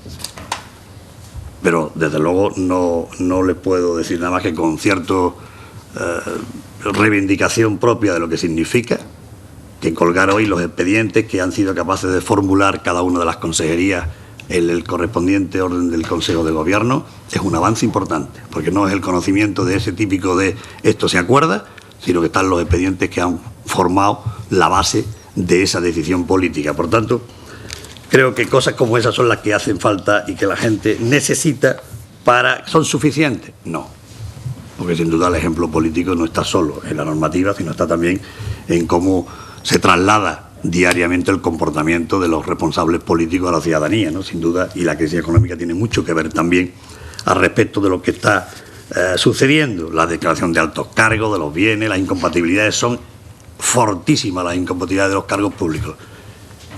Y sin embargo, pues comprenderán que pasa lo que ocurre y lo que ustedes ven diariamente, ¿no? En fin, termino, porque creo que lo importante es tener una interlocución después entre la mesa y ustedes, pero lo importante es que yo termino, mañana el Parlamento aprueba la ley de transparencia. Una ley de transparencia que, subida sobre la ley básica, es una ley que intenta superar también con un código punitivo, de forma que la administración o la entidad que no cumpla va a hacer, tiene su correspondiente sanción con un órgano de control, con un presidente del control de transparencia elegido por el Parlamento, a diferencia de la ley estatal, elegido por el Parlamento, y que significa también un avance muy importante.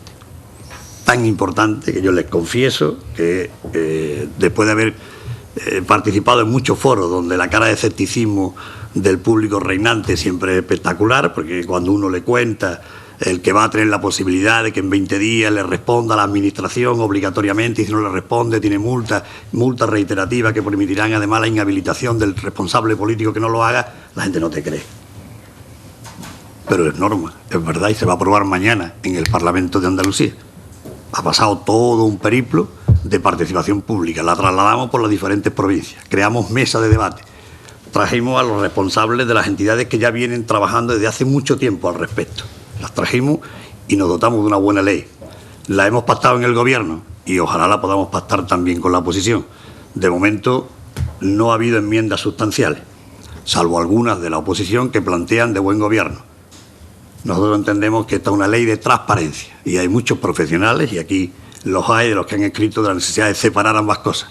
Y vamos a crear, a lo que ya tenemos, a compilar las diferentes iniciativas que hay en el Gobierno y en la Junta de Andalucía para hacer una ley de órganos de altos cargos, para hacer de buen gobierno y separarla de la ley de transparencia, que entendemos que tiene que tener una implicación fortísima en la publicidad activa y en la participación de la gente a la hora de la información pública. Ese es el trabajo que estamos haciendo, no exento de dificultades, como comprenderán, y que ustedes conocen exactamente igual que yo. Pero el trabajo es apasionante. ¿Pero es suficiente? Probablemente no. Pero ahora el país vive una situación difícil. Una situación donde lo importante es darle estabilidad a las instituciones, credibilidad a las instituciones, y los responsables políticos tenemos que dar ejemplo. Yo creo que lo que está sobre la mesa ahora, el trabajo que ha realizado el Gobierno central, el que realizan las comunidades autónomas, los textos legales que ahora están respecto de las normativas abiertas con la financiación de los partidos políticos. En Andalucía, por cierto, ahí hemos obligado en esa ley a que cuelguen efectivamente en qué se gastan el dinero y los recursos públicos sindicatos y partidos políticos. Y vamos a profundizar respecto de los textos normativos del Gobierno. La presidenta de la Junta, en la primera intervención que tuvo, pidió reunirse con el presidente del Gobierno y le pidió un pacto por la regeneración democrática. No es un problema de un partido político, es un problema de conciencia general de las instituciones y los responsables políticos de que es necesario un pacto por la regeneración democrática. Y creo que en eso coincidimos ampliamente. Con todo ello espero no haberles aburrido, pero espero el debate. Muchas gracias. Muchas gracias. Bien, pues por Baleares tenemos con nosotros a doña Nuria Riera Martos, que es la consejera de Administraciones Públicas del Gobierno de las Islas Baleares. Cuando quiera. Buenas tardes a todos. En primer lugar, muchas gracias por la invitación a participar con vosotros en este Foro de las Autonomías, y muchas gracias a todos por vuestra atención y vuestro tiempo. De acuerdo con la línea de la ponencia presentada, así como la intervención de mi compañero de Andalucía, quiero decir que también rompo una lanza, evidentemente, a favor del Estado de las Autonomías, porque han ayudado a dar estabilidad durante 35 años, a ir estableciendo y creando el sistema que hoy en día tenemos, porque, como decía el profesor Colino también en su ponencia, ni un exceso de descentralización da más libertad. Sí es verdad que más niveles de elección da libertad a los ciudadanos porque eligen a más representantes, pero ni un exceso, por una parte, dará más libertad, porque supone, por otra parte, crear incluso excesivas desigualdades y relativismo en los representantes, demasiada excesiva cercanía da lugar a una excesiva subjetividad en la toma de decisiones, pero tampoco una vuelta atrás hacia el centralismo. A pesar de que haya determinadas corrientes en ese sentido, pueden ayudar a mejorar el sistema, porque también, por otra parte, pierden esa cierta subjetividad que sí es necesaria en determinadas decisiones, en materia de determinados servicios, y que ayudan a mejorar la calidad de los mismos. Quiero decir esto porque, para empezar, antes de hablar de calidad democrática, sí es importante romper esa lanza, como decía, a favor del Estado de las Autonomías, porque ha permitido crear el sistema que hoy en día tenemos. Y si esta estructura ha sido válida durante este tiempo, el problema no es estructural, el problema es coyuntural y de todo lo que nos rodea hoy en día desde un punto de vista social y económico. Para analizar la calidad democrática y valorar un poco y explicarles a ustedes la situación o cómo hemos actuado, qué medidas hemos tomado en Baleares, creo importante partir de dos acepciones o dos elementos que considero destacar dentro de lo que es la calidad de la democracia. Y considero que hay que valorar la calidad desde el punto de vista de la cualidad y desde el punto de vista de la calificación. Cualidad, porque la calidad democrática tiene ese componente de legitimación, de que la ciudadanía no solamente nombra, elige a los representantes, sino que se tiene que sentir representados por ellos, es decir, que tiene que haber esa confianza, esa cualidad, esa legitimación. Y luego, por otra parte, también considero importante destacar la otra acepción, que es la de la calificación, que es la del resultado, la de la nota. ¿Qué calificación pone el ciudadano a esa representación que está haciendo las personas que él ha elegido? Es decir, cómo se aprueba o no se aprueba esa gestión que hace el representante que ha elegido el ciudadano. A partir de ahí, por tanto, sí es importante valorar que esa desafección de la que hablaba el profesor Colino y en la que todos, es verdad, estamos de acuerdo, que no ya solo en los últimos tiempos, sino hace tiempo viene poco a poco inundando el sentir de la ciudadanía. Esa desafección se produce en base a dos circunstancias más importantes, sobre todo. Por una parte, la crisis económica, que evidentemente es innegable y que desde el año 2007, básicamente 2008, y luego poco a poco, pues se tiene que ir remontando con una serie de medidas importantes a adoptar desde la gestión política, y luego también la crisis social, que era la que hacía referencia cuando señalaba determinadas conductas, determinados hechos de corrupción, determinados supuestos que también han hecho que la ciudadanía pierda esa confianza.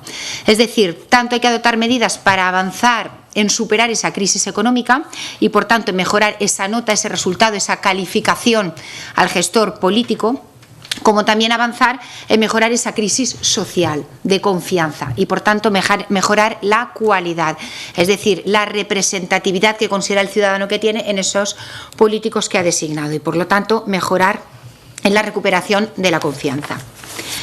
Antes de hacerles un poco incidencia de qué medidas hemos adoptado desde Baleares y cómo estamos avanzando en esos dos aspectos, en mejorar cualidad y mejorar calificación, he leído estos días, cuando comentábamos y preparábamos un poco la intervención de hoy, un análisis que se hace desde el punto de vista del gasto, pero no deja de ser un análisis llamativo sobre el papel que tienen las autonomías en el estado de bienestar y en reforzar esa importancia que tienen las autonomías, como decíamos en el principio, en llegar a esa estabilidad del sistema que hemos conseguido.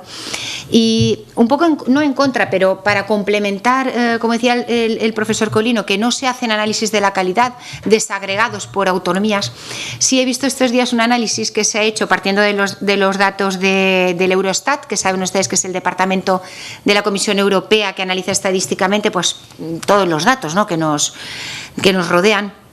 Y analiza el gasto a nivel español, teniendo en cuenta que nuestras comunidades autónomas a nivel de gasto son muy descentralizadas, y con ello se indica que nuestro gasto en comunidades autónomas es un 17%, por ejemplo, cuando la media es del 12% a nivel europeo. Y a nivel de Estado es menos, es de un 19%, que aunque es más alto que el de las comunidades autónomas, pero la media europea es del 28%. Es decir, a nivel de gasto, la descentralización, el peso de las comunidades autónomas en descentralización es evidente. ¿Esto por qué lo pongo sobre la mesa? Porque para ver la valoración, para ver la contribución que hacen las comunidades autónomas al estado del bienestar, valoramos a qué se dedica ese gasto que se hace en las comunidades autónomas. Si ustedes tienen en cuenta que a nivel de empleo público nuestro país está bastante por debajo de la media, aunque se haya generalizado en los últimos años una creencia de que estábamos sobredimensionados a nivel de empleados públicos, y sí se ha adoptado, es verdad, una serie de medidas para reconducir un poco esa excesiva dimensión, nuestra situación en el empleo público está bastante por debajo de la media, ¿no? Está debajo del 10% de la población activa. Eso significa que si las comunidades autónomas tienen el 17% del gasto y a nivel de empleo público están por debajo de la media, destinan gran parte de su gasto, gran parte de sus partidas a la prestación de servicios. También a inversiones, pero la mayoría de inversiones van destinadas también, en definitiva, a los servicios. Y si tenemos en cuenta que la mayoría de servicios que hacen las comunidades autónomas son educación, sanidad, servicios sociales, es decir, servicios básicos, y la mayoría de empleados públicos también de las comunidades autónomas son los de sanidad, educación, servicios sociales, pues sí podemos decir que las comunidades autónomas contribuyen en gran medida, porque su gasto contribuye en servicios básicos y ellas contribuyen en el gasto nacional, en mantener el estado de bienestar. Por tanto, no hay una lucha entre estado de bienestar, estado autonómico. El estado autonómico contribuye al estado de bienestar. Es una lectura un poco económica, un poco llamativa, pero es importante también como una aportación más ponerla sobre la mesa. Dicho esto, y partiendo de la más que dicotomía, de la diferencia de acepciones que les decía de la calidad democrática como cualidad, es decir, como confianza, como calificación, es decir, como resultado de nuestra gestión, en Baleares hemos adoptado medidas estos últimos años, básicamente en esta legislatura, en las dos vías, en los dos sentidos. Como cualidad, ¿qué hemos hecho para recuperar la confianza en los partidos políticos? Pues una serie de gestos con la ciudadanía, en primer lugar, que es lo que supone el compromiso del político con la ciudadanía. Por ejemplo, la adopción de un código ético. Nosotros, cuando entramos a formar parte de las listas al Parlamento, adoptamos y firmamos unos códigos éticos, pues de no recibir dádivas, regalos, de no hacer determinados gastos, incluso son conceptos muy básicos, pero no gastar más de 35 euros, por ejemplo, en las comidas, de no utilización de determinado volumen de coches oficiales. Son gestos, es verdad, populistas, pero no dejan de ser gestos que nos acercan a la ciudadanía y que la ciudadanía le permite hacernos sentir más a su nivel y hacernos sentir partícipe de lo que nosotros hacemos. También el hecho de que no haya imputados en las listas. Nosotros también se decidió por parte del presidente de nuestro partido que no hubiera imputados en las listas, y esto creó un cierto revulsivo en la estructura tradicional del partido, porque hay determinadas imputaciones que no son más que, como todas, garantías para ir a declarar, pero en determinados supuestos pues son más garantías que en otros, ¿no? Y entonces o son simplemente esa garantía. Entonces creó un cierto revolutum porque apartó de esas listas pues toda una serie de políticos tradicionalmente miembros de las mismas, que por H o por B pues dejaron de poder acceder a las mismas, ¿no? Se redujeron las prerrogativas, como les decía, y luego también, por ejemplo, se ha adoptado se ha presentado una propuesta de reforma electoral en Baleares que no solamente va a la reducción del número de diputados como gasto de austeridad, sino también a la eliminación de los sueldos de los diputados y su conversión en dietas por asistencias y por trabajo, es decir, una cierta muestra más de que trabajamos como una empresa privada, en el sentido de por objetivos, por cumplimiento de objetivos y por el trabajo, no simplemente por el hecho de ser vos quien sois.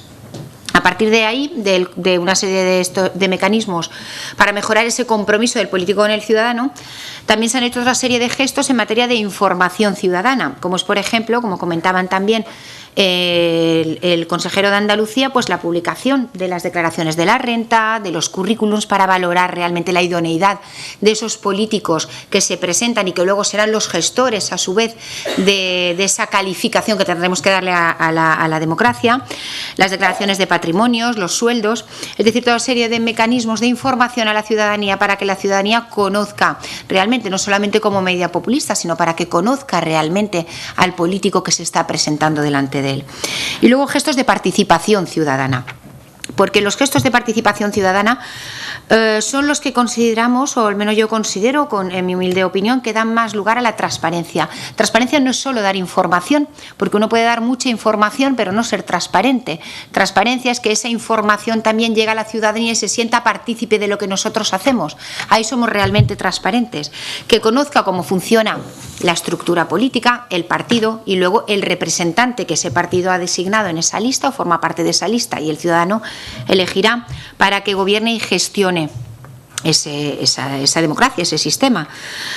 ¿Qué gestos de participación? Por ejemplo, nosotros el tema de la elección de forma abierta que se hizo en el partido para elegir el presidente del Partido Popular. Fuimos pioneros en el sentido de hacer una elección abierta, un afiliado, un voto, y de esa manera se eligió al presidente del partido, y en aquel momento pues generó también un poco de impacto, pero luego pues se ha visto que en diferentes ámbitos, pero otros partidos y otros sistemas pues lo ponen también en práctica. Y luego, además de la cualidad, como les decía, que era para recuperar la confianza en el político, está la calificación.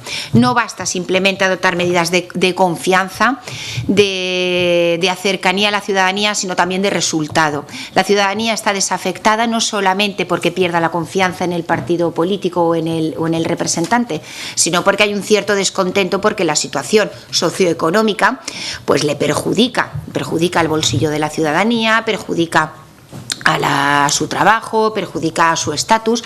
La situación socioeconómica ayuda a que haya esa desafección, evidentemente. Entonces también hay que adoptar esas medidas para mejorar el resultado de nuestra gestión, superar esa situación de crisis económica, mejorar esa gestión y crear pues un mejor estado de bienestar al que el ciudadano se pueda sentir cómodo y mejor representado, no solamente en confianza, sino en gestión. ¿Qué medidas hemos adoptado en materia de gestión? Pues mire, en primer lugar, coincido también con el Consejo de Presidencia en que las medidas de carácter normativo son muy importantes. No solo es importante hacer gestos, sino también obligarse desde un punto de vista de la norma, de la ley. Y nosotros, por ejemplo, en Baleares tenemos la Ley 4/2011 de Buen Gobierno y Buena Administración, que si bien se aprobó en marzo, a final de la anterior legislatura, pues fue un mes antes de elecciones, por lo tanto ha sido en estos años posteriores donde se ha puesto en práctica. Esta Ley de Buen Gobierno y Buena Administración tiene toda una serie de mecanismos de mejora del resultado de la gestión del gestor. A nivel de buena administración, por ejemplo, les diré que hay medidas de administración electrónica, de participación, de acceso electrónico a la información por parte del ciudadano, de simplificación de la administración, simplificación documental, o de sistemas de mejora de la calidad, cartas de servicio. Es decir, hay toda una serie de regulaciones que ya tienen este carácter más de imposición normativa y, por tanto, no podemos valorar si se establecen o no se establecen. Ya vienen impuestas y como vienen impuestas, pues las aplicamos. Y es un poquito así también cómo funciona la administración, porque en el resultado de la administración no solamente está el gestor político, está también el funcionario público que forma parte de ese equipo que tiene que permitir que el resultado pues mejore y funcione. Y desde el punto de vista del buen gobierno, porque es una ley de buena administración y buen gobierno, simplemente decirles pues que hay toda una serie de principios éticos, de deberes de transparencia política que están ahora tan de moda y que nosotros pues desde el 2011 llevamos aplicando, evaluación de políticas públicas, responsabilidad social, que también está tan de moda, información sobre las retribuciones, que ya se ha puesto sobre la mesa, o incluso, por ejemplo, comparecencias por parte de los gestores políticos que son solicitadas por el Parlamento cuando así se desea para comprobar la idoneidad del candidato o de la persona que está gestionando. No solamente valorar si su currículum, si su profesionalidad es adecuada, sino la gestión que se está desarrollando pues corresponde a las expectativas que se esperan de él.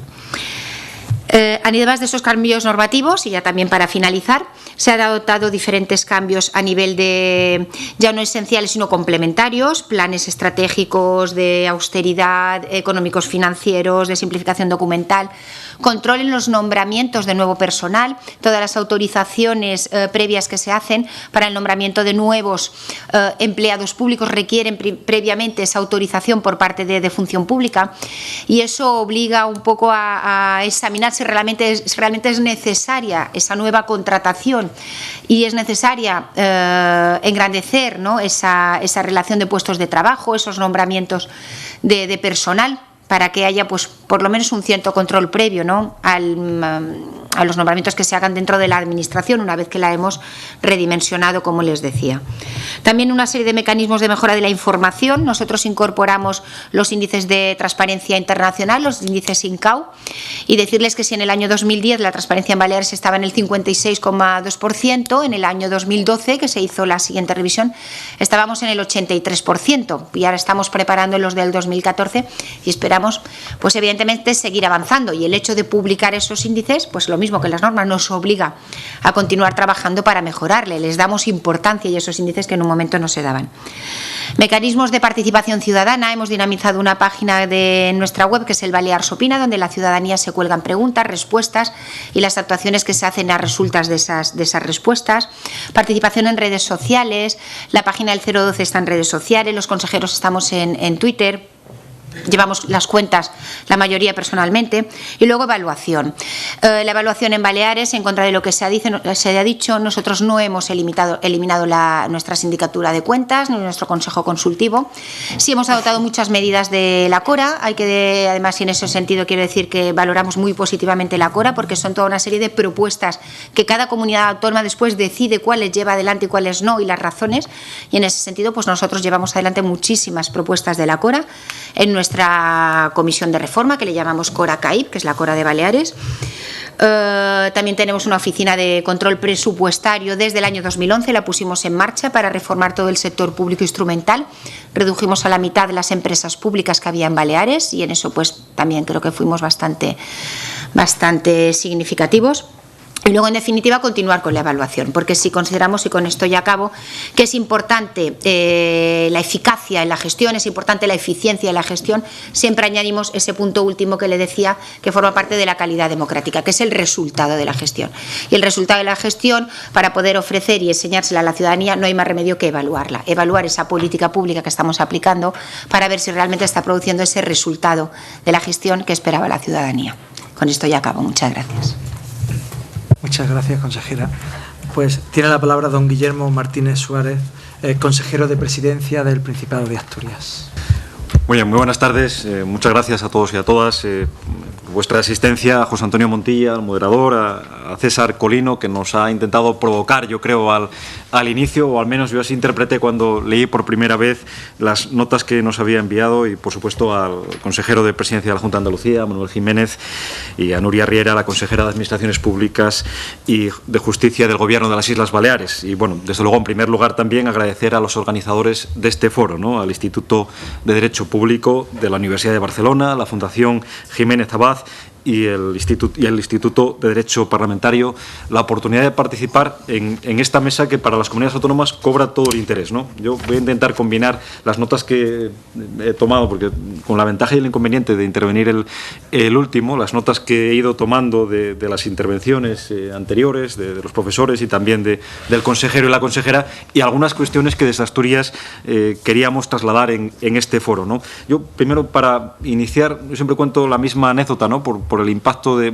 Yo estaba hablando hace unos meses con un amigo, con el vicepresidente de una región francesa, Pays de la Loire, y él me decía, bueno, ¿qué competencias tenéis? Y yo le decía, justicia, qué barbaridad.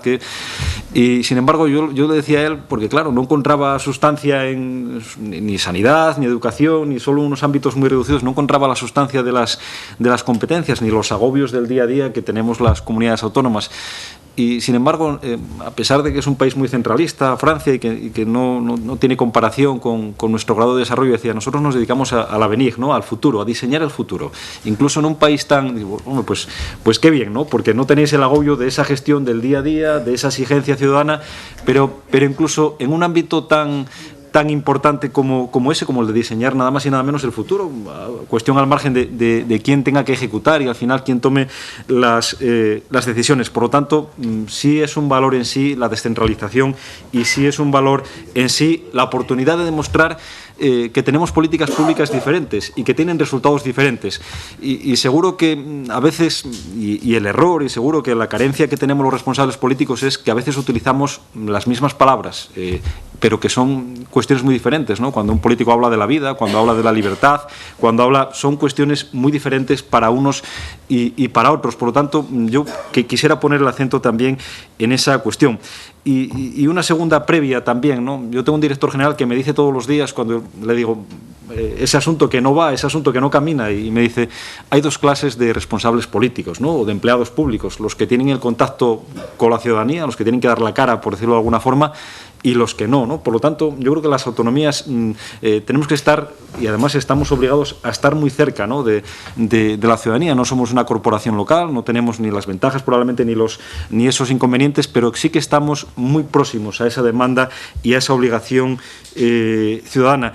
Y, por supuesto, los efectos de la crisis no pueden poner en cuestión este modelo autonómico, porque yo estoy seguro, al menos yo estoy seguro, que una gran parte de esa desafección, si no toda, habrá una parte muy importante que será por la calidad democrática, por lo mal que nos explicamos, por lo lejos que nos ven, que también es muy, muy importante, pero hay una parte muy importante que es porque no logramos resolver los problemas de la ciudadanía, o a veces porque no nos ponemos de acuerdo, probablemente para resolver esos problemas, o porque las fórmulas que utilizamos, o por la propia impotencia que a veces tenemos los responsables políticos frente a otras decisiones que probablemente se tomen en otros ámbitos, pero que condicionan también las políticas públicas. Y, en tercer lugar, yo lo decía al principio, ¿no? Políticas públicas diferentes. Bien, esta es una crítica casi que se suele hacer al Estado de las autonomías, o se dice, bueno, es que no es lo mismo el servicio en una comunidad autónoma que en otra. Claro que no es el mismo. Yo pongo dos ejemplos nada más. En el ámbito sanitario, nuestra comunidad autónoma está abriendo ahora un nuevo hospital central, abrió un hospital comarcal. Tenemos hospitales comarcales, no todas las comunidades o todas las provincias tienen una red de hospitales comarcales, probablemente porque en su día se decidió que ese no era el modelo, que era otro modelo, que probablemente desde el punto de vista económico tenga otras ventajas o otros inconvenientes, pero en su día en la Comunidad Autónoma de Asturias se decidió un modelo diferente. Y en segundo lugar, otro ejemplo, por ejemplo, las políticas de seguridad, ¿no? Nosotros en Asturias son 10.000 kilómetros cuadrados, 19 parques de bomberos. Yo conozco provincias que tienen casi 15.000 kilómetros cuadrados y tienen 2-3 parques de bomberos y tienen un servicio de bomberos voluntarios y tienen... Bien, ha habido una innovación importante durante todos estos años y yo estoy seguro que todos los modelos tienen ventajas e inconvenientes, pero que los modelos son distintos y que las apuestas son distintas y que también tienen resultados distintos y, por lo tanto, independientemente de que cada uno defienda el modelo por el que apostó en su día, yo en este caso sí conscientemente voy a defender algunas de las cuestiones que desde la autonomía hemos desarrollado durante los últimos años y que considero que marcan la diferencia, y más en estos tiempos en los que se habla de racionalidad. Claro, racionalidad, yo también estoy de acuerdo con la racionalidad, pero la ley de racionalidad de la administración local, no sé cuánto de racional puede tener, porque disminuye la proximidad e incluso, bueno, pues marca una serie de pautas. Yo no me quiero meter en ninguno de los debates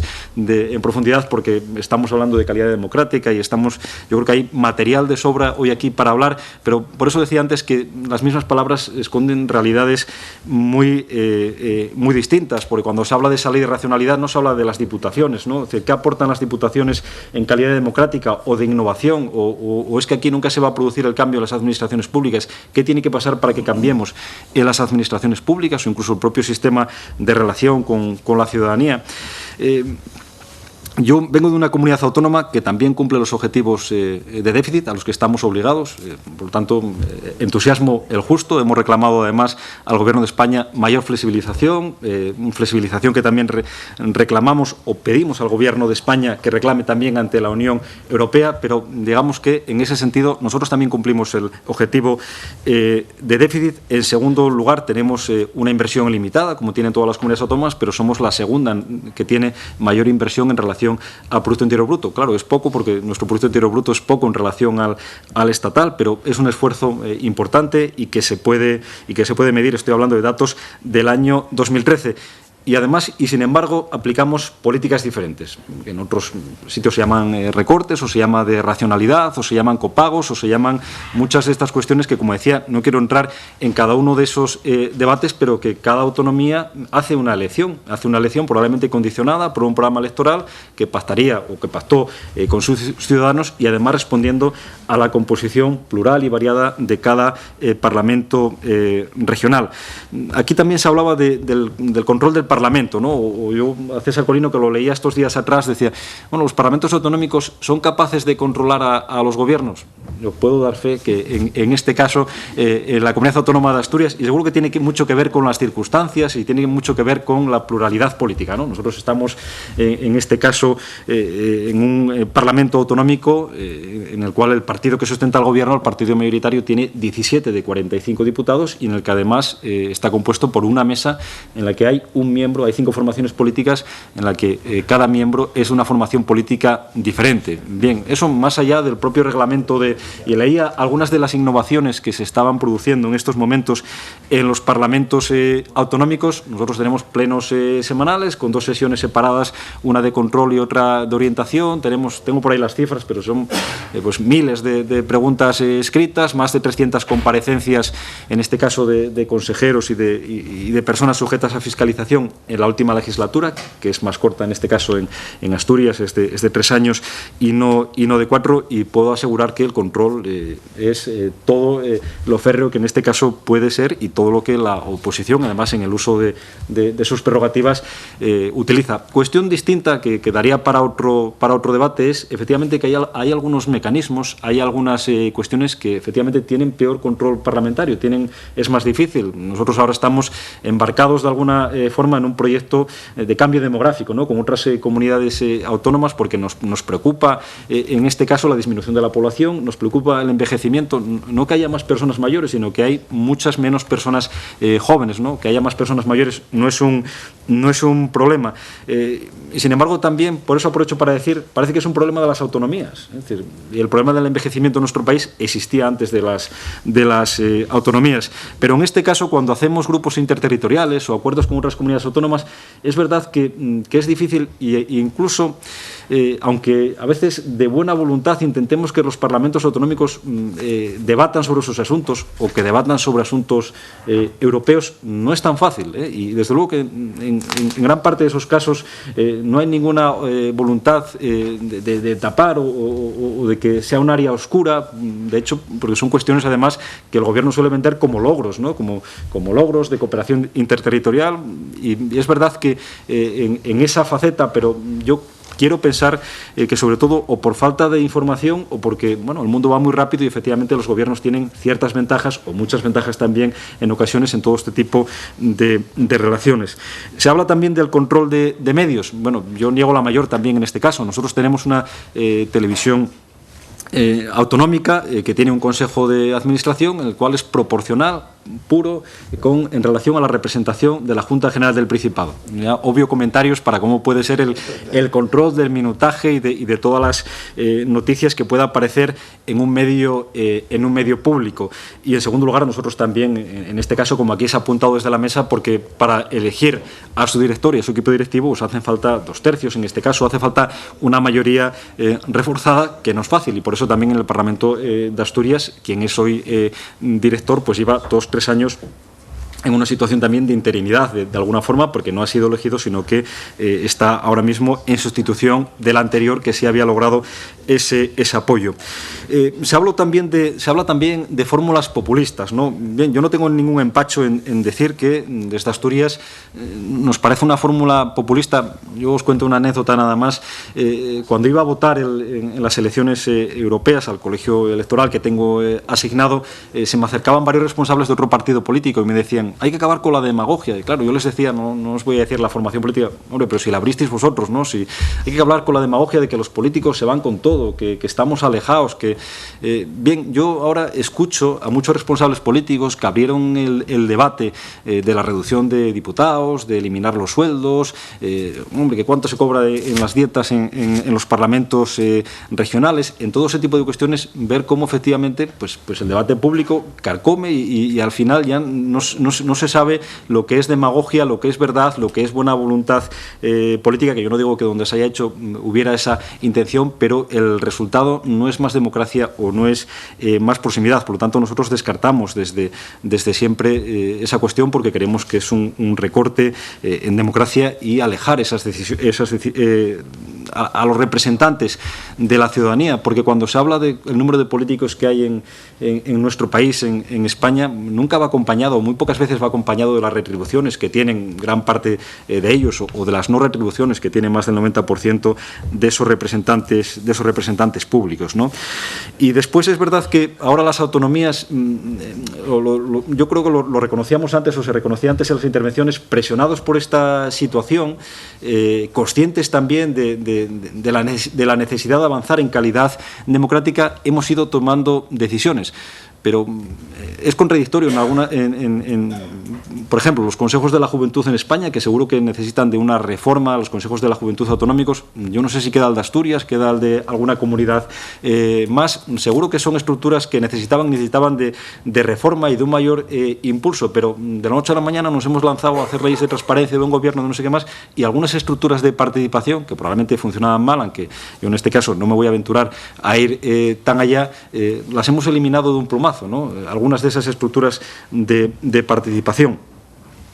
Y con las leyes de transparencia y buen gobierno, bueno, yo creo que lo dice Han, ¿no? El filósofo dice, el sociólogo, si esto viene a sustituir a la confianza. Bueno, creo que tenemos que reconocer que hemos perdido parte de esa confianza que la ciudadanía tiene en las administraciones públicas, en los responsables, en los políticos. Por lo tanto, es verdad que todo lo que se haga en este campo es necesario que además se haga de una forma sistemática y que no se abra una fiebre por una situación determinada que está muy condicionada por una situación económica de crisis y de desempleo. Y después, en cuanto a la evaluación de las políticas públicas, bien, yo creo que incluso en el ámbito estatal se ha producido un retroceso en esta cuestión, ¿no? Es verdad que con todo lo difícil que es un campo que está por desarrollar en nuestro país, que está por desarrollar en las comunidades autónomas. Y cuando se habla también de corrupción, bien, en nuestro caso, y así lo estableció en nuestra comunidad autónoma, al menos en la formación política que sustenta al gobierno, así lo implantó Javier Fernández, cuando un responsable político, en este caso el Partido Socialista, se le abre un juicio oral por una cuestión que tenga que ver con una prevaricación o de corrupción, sabe que inmediatamente tiene que abandonar su responsabilidad. Por lo tanto, en esa frontera yo dudo que haya otros que hayan ido mucho más allá de lo que en su día fuimos desde la formación política, en este caso, que sustenta al gobierno en la comunidad autónoma. Y ya para resumir y para concretar alguna de las cuestiones, nosotros hemos presentado dos leyes al Parlamento, una de transparencia y otra de buen gobierno. Baleares, por ejemplo, lo hizo antes, por lo tanto, quien en este caso innovó primero, nosotros nos aprovechamos también de las ventajas y de los inconvenientes, ¿no? Nosotros quisimos separar transparencia y buen gobierno porque los dos son ámbitos, yo creo, con una importancia, pues, oye, no sé si decir si similar, pero de manera separada con la suficiente entidad. Y además incluimos dos ámbitos nuevos que la legislación estatal no contempla, que es la participación ciudadana y la evaluación de las políticas públicas. La evaluación de las políticas públicas es verdad que de forma tímida todavía, pero que tendrá que tener un desarrollo importante en el futuro. Y en cuanto a la participación ciudadana, con el compromiso de elaborar un libro blanco ya desde este momento en nuestra comunidad autónoma. Pero para que haya esa participación ciudadana necesitamos una ley de transparencia y una ley de buen gobierno. Ambas están en el Parlamento autonómico y nosotros también esperamos tener el consenso y el apoyo suficiente para que salgan adelante.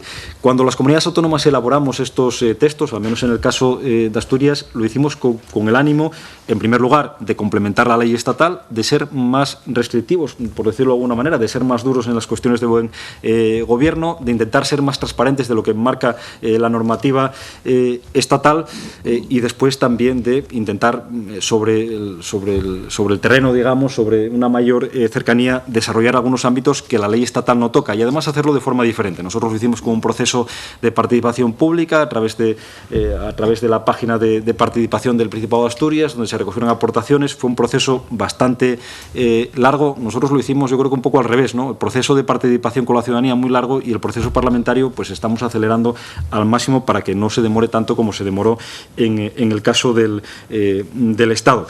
Pusimos en marcha también una estrategia de gobierno abierto y administración electrónica al inicio de la legislatura, la presentamos en el Parlamento, incluía estas leyes y otras muchas cuestiones. Hicimos también alguna acción que, claro, es verdad que lo decía antes el consejero de la Junta de Andalucía, a lo mejor lo de publicar las nóminas del presidente y de los consejeros o la declaración de la renta, bueno, no sé si será